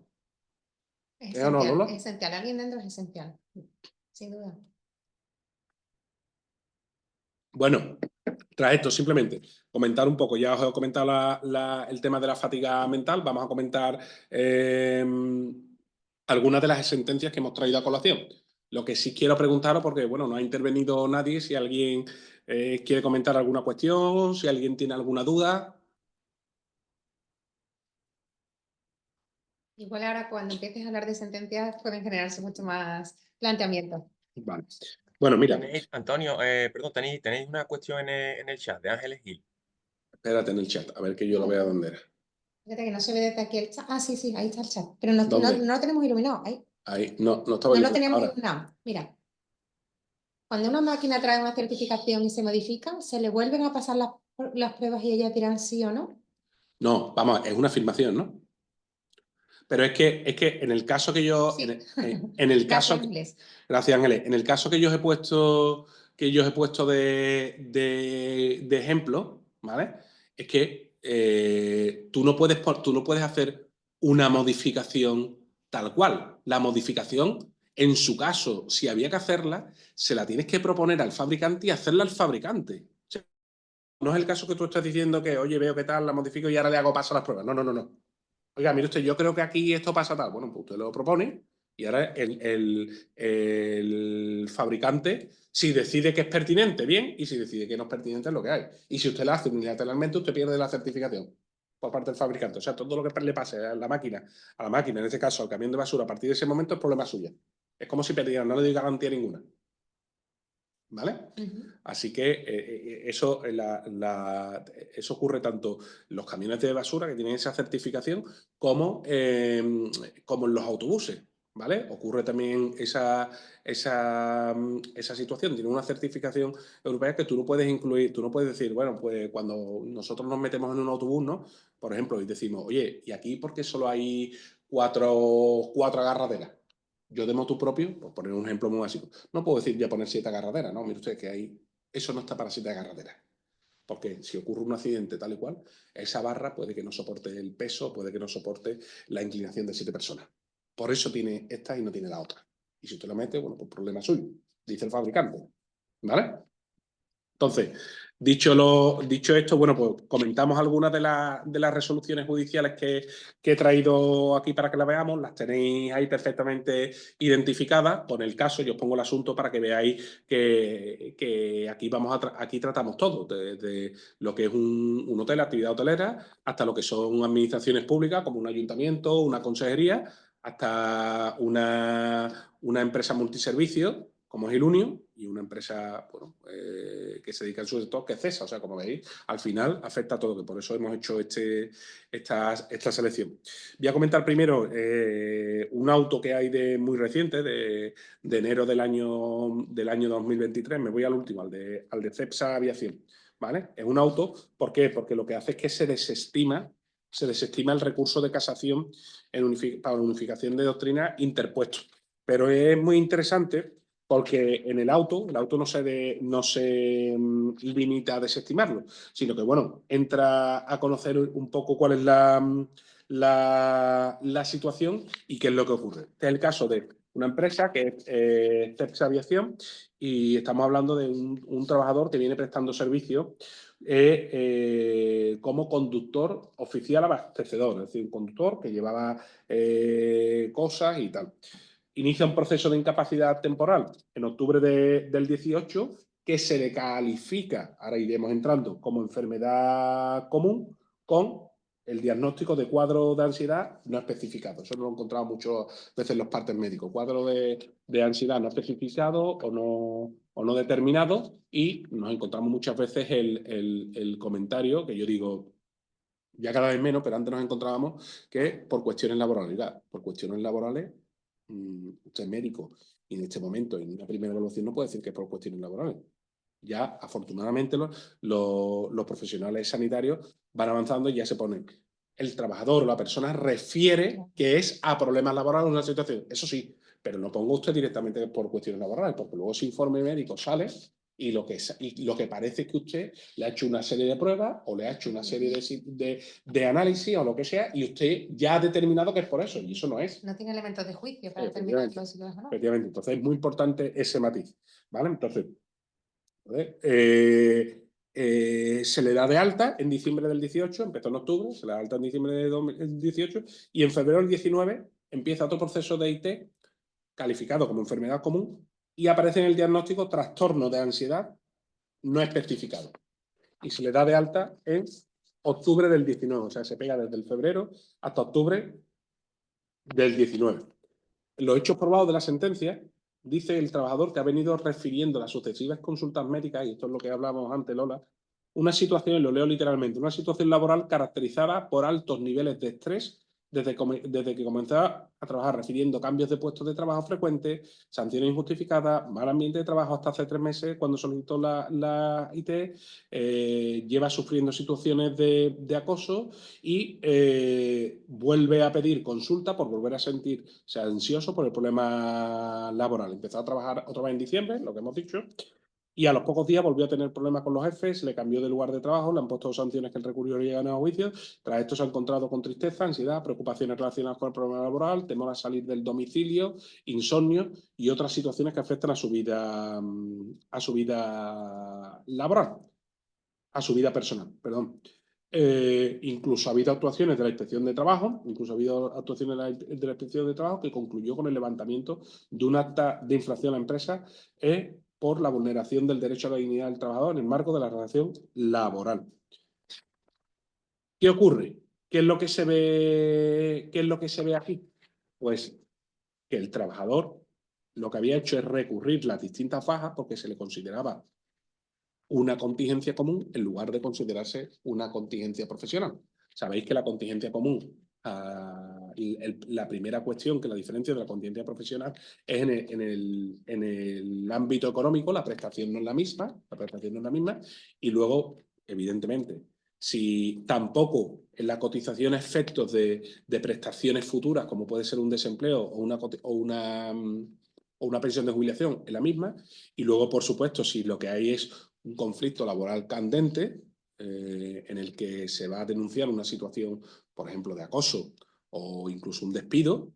No es lo mismo tener un antecedente en el que la situación que denuncia el trabajador está diagnosticada, probada y es pacífico, que deriva de una contingencia profesional a que sea una contingencia común. Bueno, pues aquí el trabajador lo que impugnaba era esos diagnósticos y esas altas médicas derivadas de una contingencia común. Y aquí el tribunal, que era la sala, en este caso era la sala de el TSJ de Canarias, que la sentencia la confirma el auto, porque lo que hace es desestimar el recurso, y lo que dice, fijaos, dice el tribunal, y os lo leo literalmente: así pues, solo se observan factores de tipo laboral como los desencadenantes de la patología del actor, reiterando que no hay antecedentes de patología psiquiátrica con anterioridad a la primera baja que se produjo el 2 de octubre del 18. Pues el síndrome de desgaste profesional o burnout no es una enfermedad mental, sino una mera alteración psicológica ligada al contexto del trabajo que se caracteriza por una respuesta prolongada de estrés ante los factores estresantes emocionales e interpersonales en el trabajo, que incluye fatiga crónica, ineficacia y negación de lo ocurrido, que no se encuentra reconocido, etcétera, etcétera. Es decir, al final, aquí el tribunal, la sala social, pues viendo las pruebas que se han practicado en el juzgado de instancia y tal, llega a la conclusión de que la situación que tiene el trabajador deriva, vamos a decir, no vamos a decir única y exclusivamente, pero sí determina fundamentalmente de esa situación en el trabajo, que lo ha llevado a tener el síndrome este de burnout. Por tanto, la contingencia tiene que ser profesional y tiene que tratarse como tal, y así tiene que ser catalogada por los servicios de salud. Porque lo mismo, el INS al final era reacio a catalogar esta situación como tal y no como una contingencia profesional. Bueno, sabéis también que excepto en los casos que se derive a la sanidad pública, si estamos hablando de una contingencia profesional, tiene que ser tratado por la mutua correspondiente. Y evidentemente, si estamos hablando de una situación mental, por la atención de los profesionales de la mutua, sea psicólogo o sea psiquiatra, suele ser en consultas más rápidas que la sanidad pública, ¿vale? Pero para que veáis, dime, Lola. No, y en este caso que me genera la duda, como está alegando también a situaciones de acoso que le producen ese impacto en su salud tan negativo desde el punto de vista psicosocial, ¿denunció también el acoso? No lo sé. O sea, no sé si esto le Debería sirvió, tener coherencia, ¿no? de base. Ten en cuenta que la inspección, en los hechos probados, parece que la inspección por estas situaciones le elevó un acta de infracción a la empresa, con lo Claro. cual a lo mejor ahí cesó la conducta. Pero lo que está claro es que, vamos, lo dice además, lo vuelvo a repetir, dice, la sala de suplicación considera que la enfermedad del trabajador causante de la IT ha tenido por causa exclusiva la ejecución del trabajo, tomando en consideración que ha quedado acreditada la conflictividad laboral a la que estaba sometido esto y las distintas actuaciones de la empresa con la imposición de sanciones por la comisión de faltas laborales que después han sido revocadas, suspensiones de empleo y sueldo, apertura de sucesivos expedientes, etcétera, etcétera, etcétera. O sea, estamos hablando de una sentencia del Supremo de 2023, o sea, en la que el INS seguía considerando la situación como una situación de una contingencia común, cuando la contingencia era profesional con todo lo que ello conlleva, un caso de burnout. Me ¿Vale? estaban preguntando aquí si podíamos Sí. dar la referencia de la sentencia que habíamos comentado al principio. Yo creo que Sí, te refieres... bueno, es que no tenemos, lo único que tenemos, la de Tarragona, es lo que os he dicho. La leí en prensa y lo que hice fue acceder a la página del despacho que la había llevado y únicamente pone sentencia del Social 2 de Tarragona. Ni pone número de procedimiento, ni pone nada. Yo me imagino que en su momento la publicarán y ya está, pero no tenemos más datos. Si les parece, si Antonio lograra encontrarla, Os nos la os puede paso facilitar a los anonimizada. gabinetes de prevención y encantados Claro. de facilitarles esa información en cuanto que la tengamos. Así que estamos en contacto permanente por si pudiéramos acceder a ella. Siempre con las debidas cautelas, porque se tratará de una sentencia de un juzgado de lo social. O sea, habrá que ver qué ocurre en la sala, que ya una sentencia en ese sentido del TSJ ya sí es muy relevante. Pero bueno, como os lo decía al principio, dada la materia y dado el montante de la indemnización, que era significativo, sí que me pareció oportuno traerlo aquí a colación. ¿Vale? Muy bien. Luego, nos vamos a centrar ahora en comentar el asunto del segundo supuesto que os ponemos ahí, que es el de hoteles Marinador. Bueno, me imagino que todos nos sonará Marinador, ¿no? Antes salía mucho más en la televisión, ahora yo por lo menos, pero antes era continuo, ¿eh? Totalmente. Antes era continuo, ¿vale? Y volvemos a poner de manifiesto una situación similar, pero aquí es una problemática en la que la propia mutua no reconoce como profesional una contingencia, que ahora la vamos a referir cuáles son los hechos. Y la propia mutua impugna la calificación de esa contingencia. En este caso, es una limpiadora del complejo hotelero de Marinador. Sufrió un accidente laboral en 2011 por heridas en 3 dedos de la mano derecha al cortarse con un cuchillo e inició un proceso de incapacidad temporal. ¿Vale? El día siguiente acudió a los servicios médicos de la mutua a primera hora de la mañana y fue derivada a urgencia. Y el médico de la mutua no solo vio eso, sino que observó que padecía ánimo triste, que había ido aumentando en el contexto de una lumbalgia y por la baja laboral por la herida de los troceos. O sea, a raíz de un accidente físico, el médico detecta también otra situación que hay detrás, otra situación que hay detrás, y que a lo mejor, recordad antes que hemos visto que, por ejemplo, en los casos de fatiga mental hay una distracción en la ejecución del trabajo. En algunas ocasiones los accidentes se producen porque existen ciertas distracciones. Podría ser derivado de ahí, no lo sabemos, pero En podría ser Andalucía derivado. se hizo un estudio y parecía que uno de cada tres. Uno de cada tres. Sí, sí, un 33% de distracciones. Lo que pasa es que los accidentes suelen ser multifactoriales, Claro. pero la distracción entra en juego. Ahí. Bueno, pues al final decía que padecía anemia triste, que había ido aumentando en el contexto de una lumbalgia y la baja laboral por accidente de trabajo, tenía problemas económicos, presentaba llanto continuo en los últimos 10 días, tenía sintomatología de anorexia, insomnio, ideas de muerte y pensamientos de suicidio.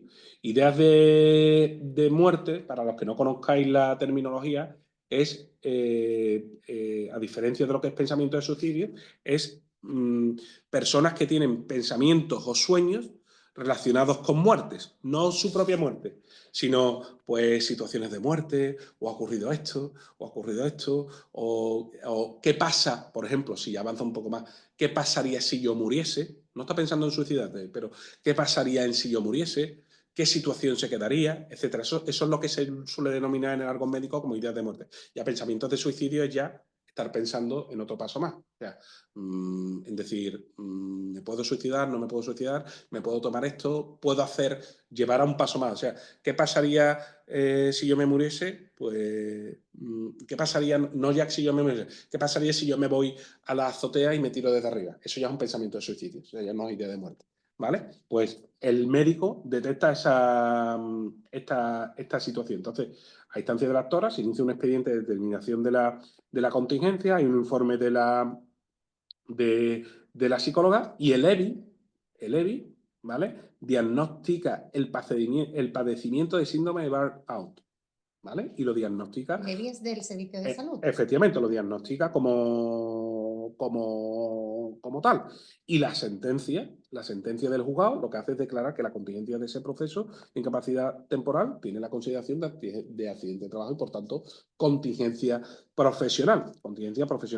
¿Por qué? Porque la trabajadora hace un análisis, carece de antecedentes depresivos,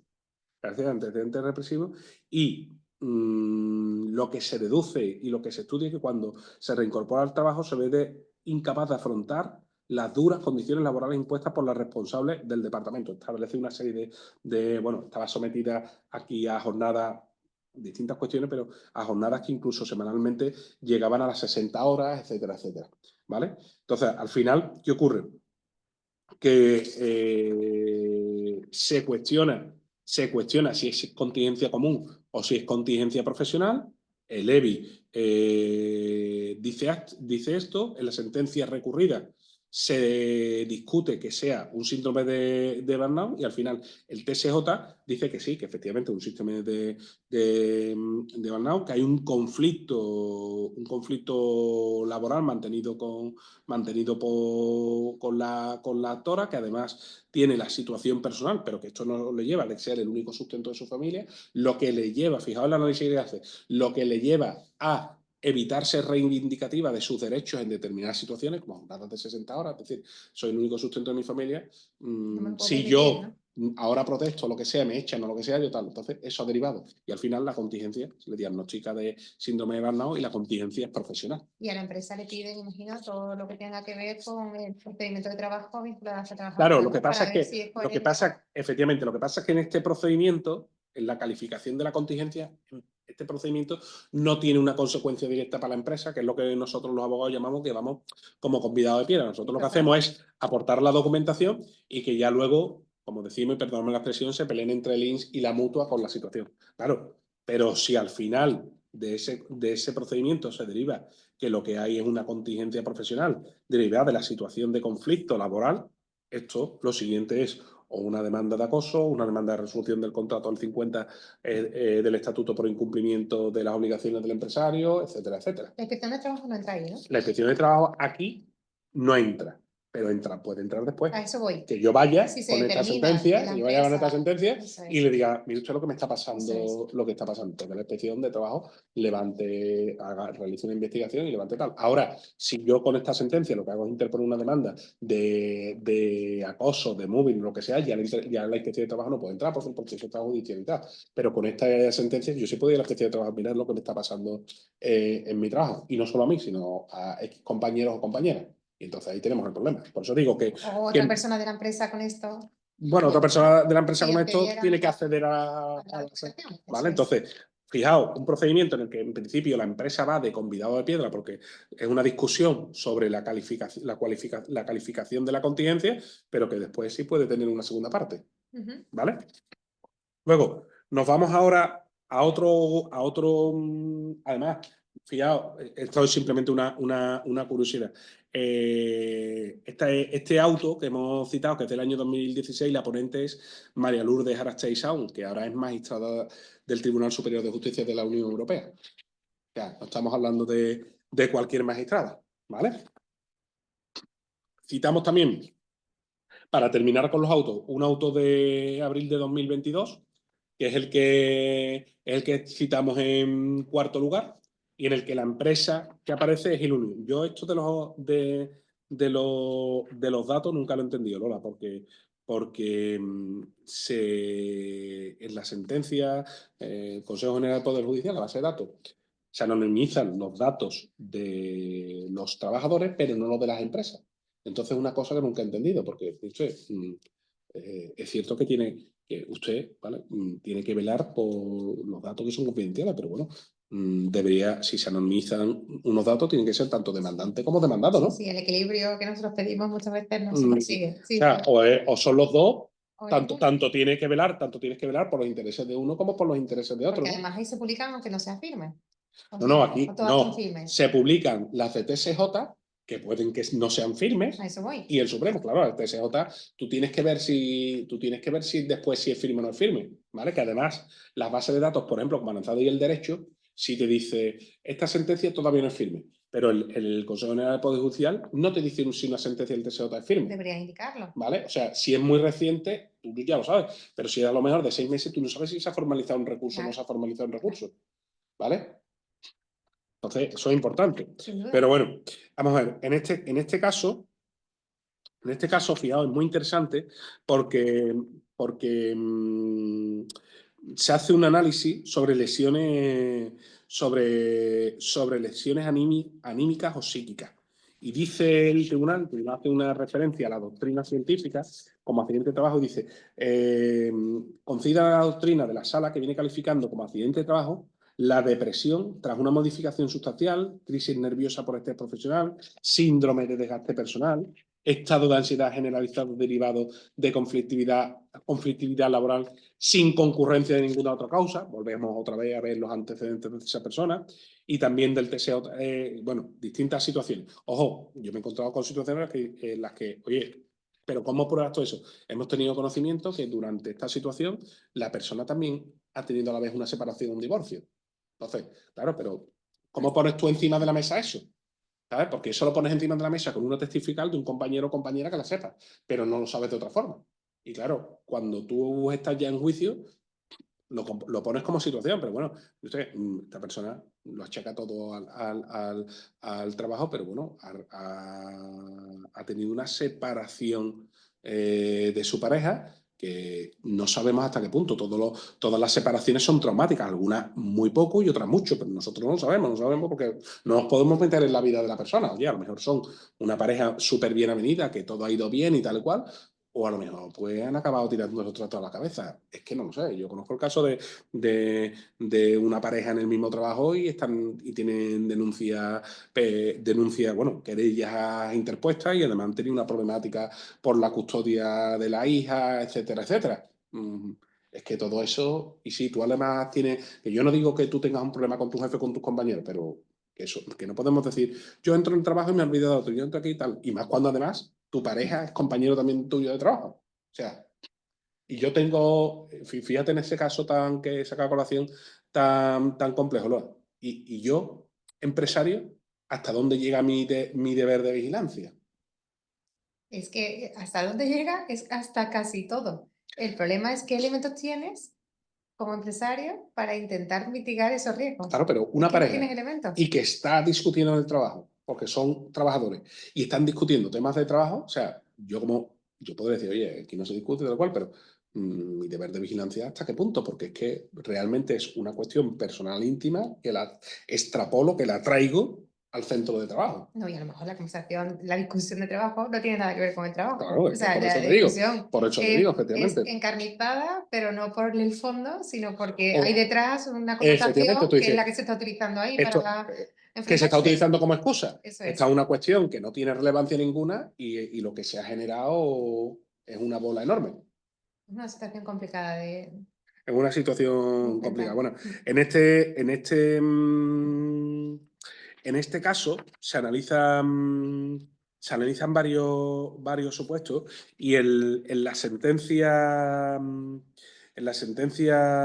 recurrida, que es la que el auto de la Sala de lo Social del Supremo pues desestima el recurso, en la sentencia recurrida la trabajadora era gerente de limpieza, inició un proceso de IT en febrero del 19 y mientras estaba de IT es despedida, ¿vale? Es despedida en marzo de 2019. Pero justo antes, en enero, esto es importante, había solicitado la apertura del protocolo de acoso.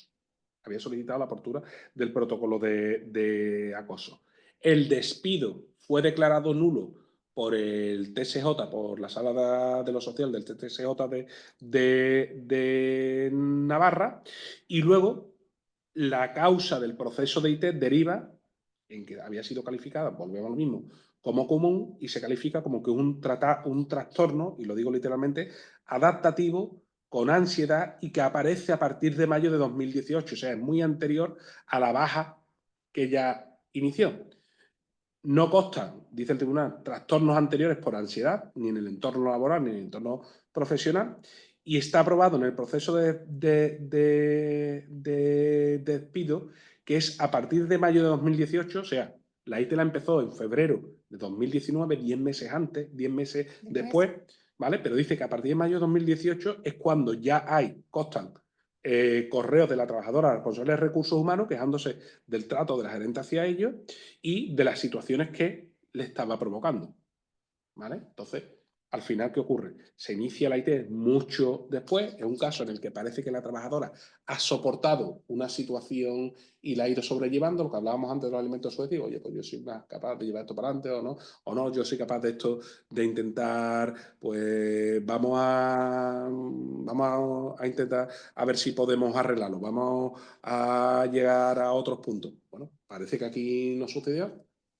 Claro, cuando el despido se produce, dice, oye, el despido, usted aquí no había denunciado nada de esto, ¿verdad? Bueno, el despido es declarado nulo y ahora se detecta que efectivamente que la situación venía desde mayo de 2018, pero que la trabajadora al final se da de baja 10 meses después, pero la situación venía de mucho No, y antes. ahí se demuestra también la diligencia de la trabajadora al ponerlo de manifiesto con recursos humanos, ¿no?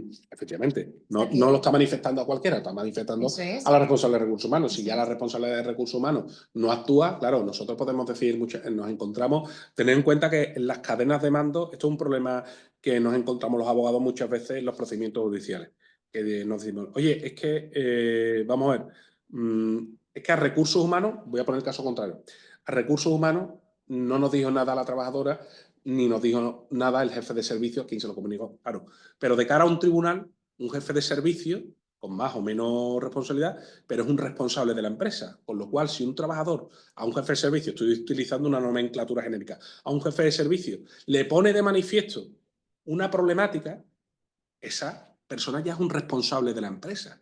El hecho de que ese jefe de servicio no lo traslade, no lo ponga en conocimiento de quien debe hacerlo, el responsable de recursos humanos, el responsable de compliance, el que sea, eso es lo que dicen los tribunales, es un problema interno de la empresa. Para mí tiene toda la razón. Sin duda, es bastante objetivo. Claro, pero yo me pongo en el de responsable de recursos humanos que muchas veces suele decir, dice, contra, es que no me he enterado de nada. Si yo hubiera sabido esto, hubiera puesto los medios pertinentes. Pero claro, ahí la cuestión está acuda usted ahora y vea qué hace con ese jefe de servicio.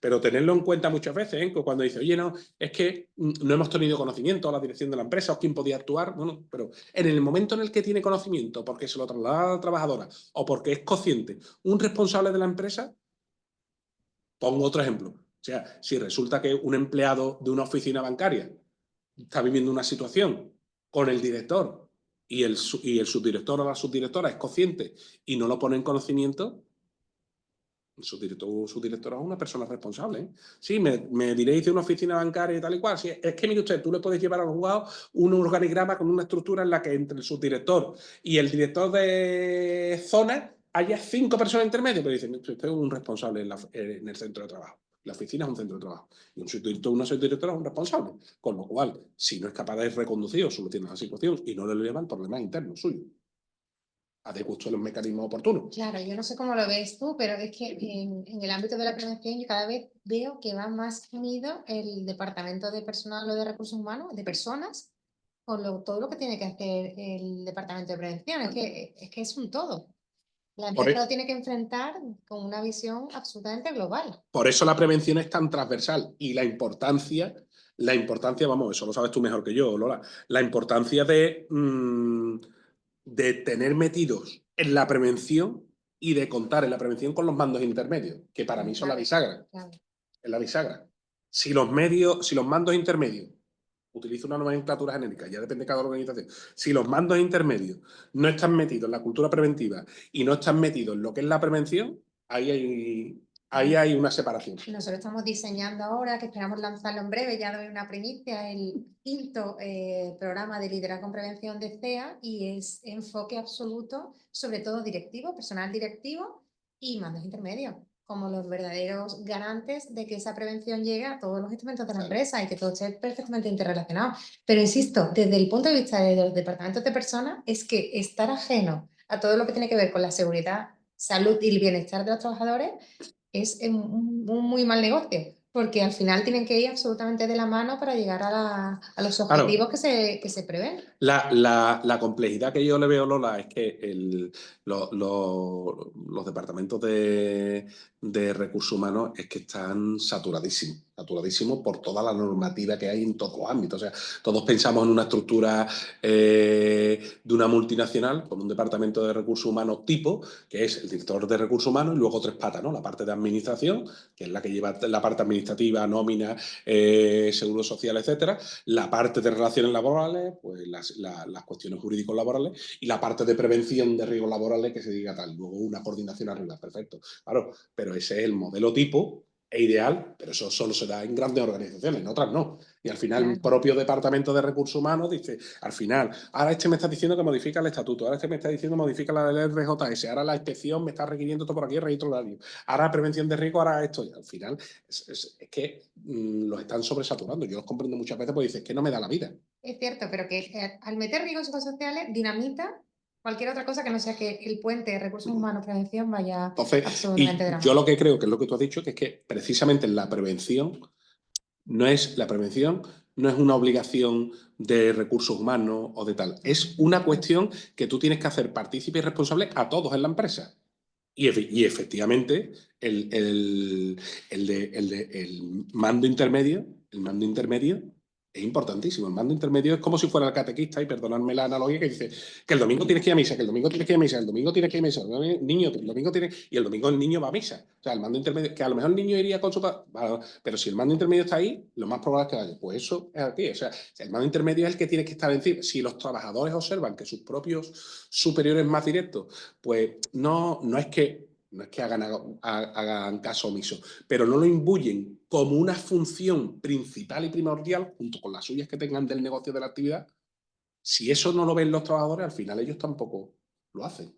No, hay casos muy interesantes. Nosotros en una formación, por ejemplo, de liderazgo del año pasado, lo hicimos con una empresa muy potente, que es una inmobiliaria en Córdoba, y nos encantó. Yo tuve la oportunidad de estar en una de las sesiones formativas, porque dentro del equipo, uno de los directivos que estaba con nosotros, se llevaba las manos a la cabeza porque había una persona del equipo, un mando intermedio, que se dedicaba a las obras comerciales y que había veces que decía, no, si si hay una promoción de casas y tal, y hay una casa tipo, pero la persona que quiere ver la casa para comprarla no quiere esa, sino que quiere la orientación de la que está al lado y está en obra, yo Yo la llevo. un poco entro. Y el otro se llevaba la mano a la cabeza y decía, ¿cómo que un poco entras? Y decía, claro, porque yo lo que quiero es que se venda. Y decía, no, yo también. Pero es que eso no es posible porque estás incumpliendo toda la normativa que tenemos nosotros en cuanto a prevención de riesgos laborales, te estás poniendo en riesgo a ti, estás poniendo en riesgo a la persona a la que quieres venderle la casa y estás además poniendo en riesgo la imagen de nuestra empresa. Claro. Entonces, son cosas que surgen, aunque la filosofía de uno y otro vaya en la misma sintonía, pero hay cosas que hay que parar. Entonces, todos tienen que estar muy alineados con esos mensajes. Claro, pero o sea,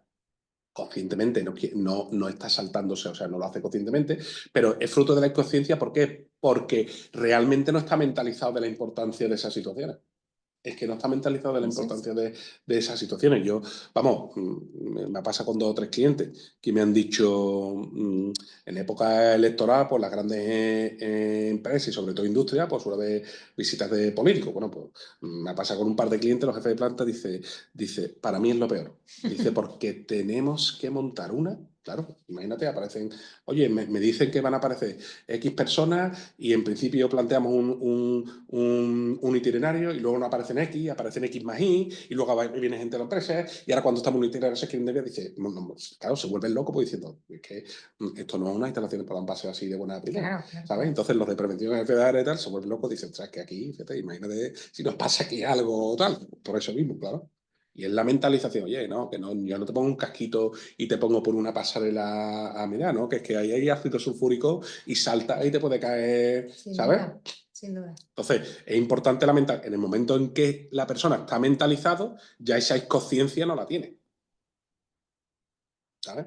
Al final nos lleva todo al refranero de la sabiduría popular. La ignorancia es muy atrevida, claro, pues la inconsciencia, ¿sabes? Y no, ¿cuántas veces me he escuchado? No, pero yo no lo hice con mala fe, yo no tal, ya, pero de inconsciencia hay mucho. Hay un mensaje muy potente que nos gustó mucho de una publicidad que lanza el Instituto Andaluz de Prevención, que es quien nos financia además este proyecto, que se refiere a las caídas en altura, que parece mentira que sigan concentrando un número importante de accidentes mortales, caídas en altura que se podían haber previsto, porque muchas son de lucernarios, tenemos incluso nosotros manuales que les invito a conocer en nuestra web, que hablan de cómo se tiene que hacer ese tipo de trabajos para evitar riesgos. Y el lema que utilizamos desde el Instituto Andaluz de Prevención, en el que estamos sindicatos más representativos, la Junta de Andalucía y nosotros como CEA, es si subes seguro, seguro que bajas. Ah, mira qué bien. Y es un lema muy sencillo, pero muy fácil de entender, y es verdad. Mira, esta mañana iba yo con el coche para jugar por la calle Páez del Corro y me llamó la atención, será ya por deformación profesional, una furgoneta grande que había en doble fila y ahora arriba tenía unas cosas amarradas, no eran como unas tablas ni tampoco unos tubos, yo no sé cómo explicarte, eran como una especie de vigas más bien. Y había un señor arriba, subido y además totalmente alzado, dándoles indicaciones a los de abajo. Claro, yo iba con el coche y digo, este hombre está ahí subido, no solo está sentado agachado, sino que está totalmente alzado con un vehículo en doble fila que en cualquier momento, nada más que tú le des un toquecito, lo que sea, Ya y está. digo, es que, El atrevimiento que decías. ¿sabes? No, la ignorancia que es muy atrevida al final, tú lo sabes, los accidentes y nosotros vemos, los accidentes de trabajo son multicausales, pero es cierto que un factor muy importante es la confianza, me confío. ¿Y cuándo me confío? Cuando soy un profesional que llevo haciendo Sin duda. mucho tiempo esas cosas. Y me confío, ¿por qué? Porque como lo llevo haciendo mucho tiempo, y conscientemente lo controlo y dejo de tomar algunas medidas. Y puede que en 20 veces no me pase nada, pero la 21 sí me pasa. Y la otra cosa es por desconocimiento, por hacer cosas que no debería hacer o que no controlo. No, es que yo estaba y me subí. Tú te has subido ahí, tú eres el que te tienes que subir ahí.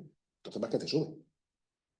Sin duda, y ya hago también un llamamiento. El próximo webinar que tendremos, como ya además quedan 5 minutos, ya vamos a ir terminando, pero el próximo webinar que desarrollaremos con presencia de Antonio Navarro y enfocado al tema de seguridad vial, vinculado también a la jurisprudencia, tiene que ver con los accidentes de tráfico. Mm.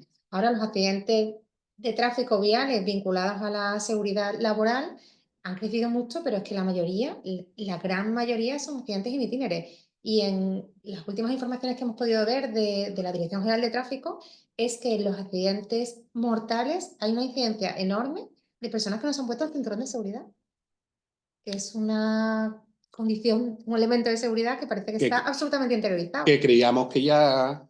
¿Cómo la empresa va a decirle a un... Vamos, ¿cómo la empresa no? La empresa se lo dirá, pero ¿cómo va a prever la empresa que una persona, por ejemplo, si estamos hablando de accidentes mortales in itinere, no se vaya a poner el cinturón de seguridad? Es que ni hablamos, ¿no? Si no empezamos por ahí, ni hablamos. Es cierto que en temas de prevención, es cierto que en temas de prevención, vamos, lo has visto también porque aparece en muchos sitios, cada cierto tiempo hay que hacer campañas para recordar cosas que parece que ya están totalmente maduradas e interiorizadas y que no lo son. Y que no lo son. Ahora, no tiene nada que ver con esto, pero ahora fíjate, recordaréis las campañas que hubo sobre uso de preservativos con el tema del SIDA, que fueron súper continuos tal y cual. Pues el otro día leía yo un estudio que el Ministerio de Sanidad estaba preparando otra vez campañas así, porque estaban teniendo otra vez un montón de casos de gente que ocurría y que estaban teniendo transmisión de SIDA. O sea, me parece lo que tú decías con el cinturón, es que me lo has recordado, que sí, que lo teníamos interiorizado. Yo me acuerdo, por ejemplo, mi padre decía, si salgo a carretera me pongo el cinturón, si estoy en ciudad no me lo pongo. Yo lo veía como una cosa normal. Ahora tú no, ¿no? Tú te metes en el coche y lo primero que haces lo arranca, pum, y te pones, el cinturón. Pero parece que aún así, aún pasa el tiempo y nos relajamos en ese tipo de situaciones. En ese tipo de situaciones, en fin. Eso son cuestiones ya de la mente humana que no controlamos. Pero bueno, es cierto. Lo que sí está claro, y lo hemos dicho, lo que sí está claro, lo habéis oído al principio, sobre todo de la sesión, que la formación tiene que ser formación de calidad y permanente o continua. Doy un curso, bueno, pues el año que viene lo vuelvo a dar junto con la otra metodología, lo vuelvo a recordar, etcétera, etcétera. O sea, no por dar una materia al final, es que no... Bueno, y ya desde el punto de vista preventivo se registra. O sea, toda esa formación se va planteando, se va registrando las personas que lo van recibiendo y se va dejando un rastro también para intentar integrar que todas las actuaciones que se están haciendo desde la empresa en el ámbito de la prevención queden perfectamente estructuradas y que se vea que la estrategia que se va siguiendo es la adecuada. Yo es que echo en falta, Lola, actuaciones por parte de las administraciones en medios de comunicación. Cuando digo medios de comunicación, digo masivos, tanto, ¿no? Redes sociales como televisión, como tal, en materia de prevención de riesgos. Sí, ahí vamos de la mano desde CEA también, porque vamos en esa línea. Es que creo la cultura preventiva es que es una, y la cultura preventiva es en tu ámbito laboral y en tu ámbito social. Es que lo he hecho en falta, porque al final, ¿cómo llegas tú? Al final, vuelvo a poner manifiesto, al final un tema sociocultural. En todos los ámbitos, en algunos más y en otros menos. Y hay actividades de riesgo que se valoran mucho. Bueno, actividades de riesgo ya, por supuesto. Entonces, si tú haces una serie de campañas, no te digo que sean determinantes, pero es que tienes que incidir para que las personas los vayan asimilando, con independencia de que yo sea cajero del Mercadona, o que yo sea un trabajador en altura, o que yo trabaje en una mina. Es que lo tengo que ir asimilando. ¿Sabes? Y parece que lo que no sale en medios de difusión o en redes sociales no es importante. Se le da el efecto contrario. Como no sale, esto no es importante. No me gusta nada hacer referencia a la pandemia, pero es verdad que la mascarilla no la pusimos todos. Fue una medida de seguridad que se implantó absolutamente una vez que ya hubo opción de que todas las tuviéramos, que ahí tuvimos un tránsito complicado, pero es verdad que ahí sí que todo el mundo se ponía la mascarilla, todo el mundo se lavaba las manos. Yo jamás me lavaba tantísimas veces las manos como entonces, y desde entonces tengo una dinámica mucho más bueno, hay gente que intensa. Hay gente que estaba mejor con mascarilla. Hay gente que está mejor, bueno, puede ser. Hay de todo. Pero bueno, que al final las medidas preventivas las tenemos que interiorizar, y que es verdad que la cultura preventiva es en toda nuestra vida, no solo en el ámbito laboral. Bueno, pues yo por mi parte sí os recomendaría, que no me ha dado tiempo porque la he dejado para el final y quizá la tenía que haber comentado porque es muy completa, y que os leyerais la sentencia que os pongo ahí de la sala de Granada, del TSOTAN de Andalucía, porque es muy interesante, porque analiza varias situaciones. Entonces, os recomiendo que que la leáis porque la verdad es que es bastante instructiva. Y bueno, si tenéis alguna duda o alguna cuestión, la podemos ver o la trasladáis a Lola y la vemos, como queráis. Lola. Claro, y yo te iba a pedir además que si hay alguna sentencia también que dé la razón a la empresa, Sí, que hombre, la la hay. empresa la ha hecho bien en Claro. este ámbito, también nos interesa mucho Ya te he verla dicho porque tenemos... una, la de Cáceres, que la llevé yo. Esa, la de cárcel, esa por supuesto, pero de estas también, si hay alguna que de verdad muestre que la empresa ha hecho todo lo que debe hacer para controlar los riesgos psicosociales, pues interesante también. Vamos a Vale. aprender de las cosas que se hacen Es que- mal y de las cosas que se hacen bien, Es que para que podamos transferirlas. fíjate tú, un apunte. Es que, para que veamos todo que es una cuestión sociocultural, hasta hace relativamente poco, tú no podías sancionar a un trabajador porque no cumpliera con las normas. Es decir, yo he visto sentencias de sanciones revocadas por jueces. Oiga, mire usted, que le he dicho 3 veces que se pusiera esto, no me ha hecho caso y entonces lo sanciona. No, revocado, no tiene suficiente gravedad. Fíjate, pero eso hace 10 años, ¿eh? No hace 50 años. Eso hace 10 años. Afortunadamente ha cambiado. Claro. Pero fíjate hasta dónde lleva el hacerlo de que, oye, yo te decía, te sancionaba para obligarte de manera taxativa, ya que no lo haces voluntariamente, ya que no eres consciente de eso, y el juez me la revocaba. Y afortunadamente eso ha cambiado. Y ya tú puedes apercibir y decir, oye, tal, y tal. Y además eso te sirve además para poner de manifiesto que tienes que tu facultad de ir vigilando la estás ejerciendo Eso activamente. es, que estás actuando con la diligencia debida para Efectivamente, controlar esos riesgos. efectivamente. Claro. ¿Vale? Bueno, pues si no tienen ninguna consulta más, lo que hacemos es, nada, agradecerles el que hayan estado con nosotros. Ha sido una delicia compartir este espacio contigo, Antonio, y aprender de todo lo que estás trasladando. Les vamos a poner un cuestionario de evaluación para que por favor valoren el webinar, que seguro que nos ayuda también a seguir mejorando, e invitarles, por supuesto, desde el Gabinete de Prevención de Riesgos Laborales, a que nos manden al servicio de asesoramiento técnico cualquier consulta, cualquier duda, cualquier petición de recursos de información que nos quieran trasladar para mejorar en su gestión preventiva, e invitarles, por supuesto, también tanto a los próximos webinars que vamos a desarrollar, como el de seguridad vial, en el que también está Antonio, como uno de salud visual, que también es absolutamente novedoso, que vamos a desarrollar el viernes que viene a las 12:30.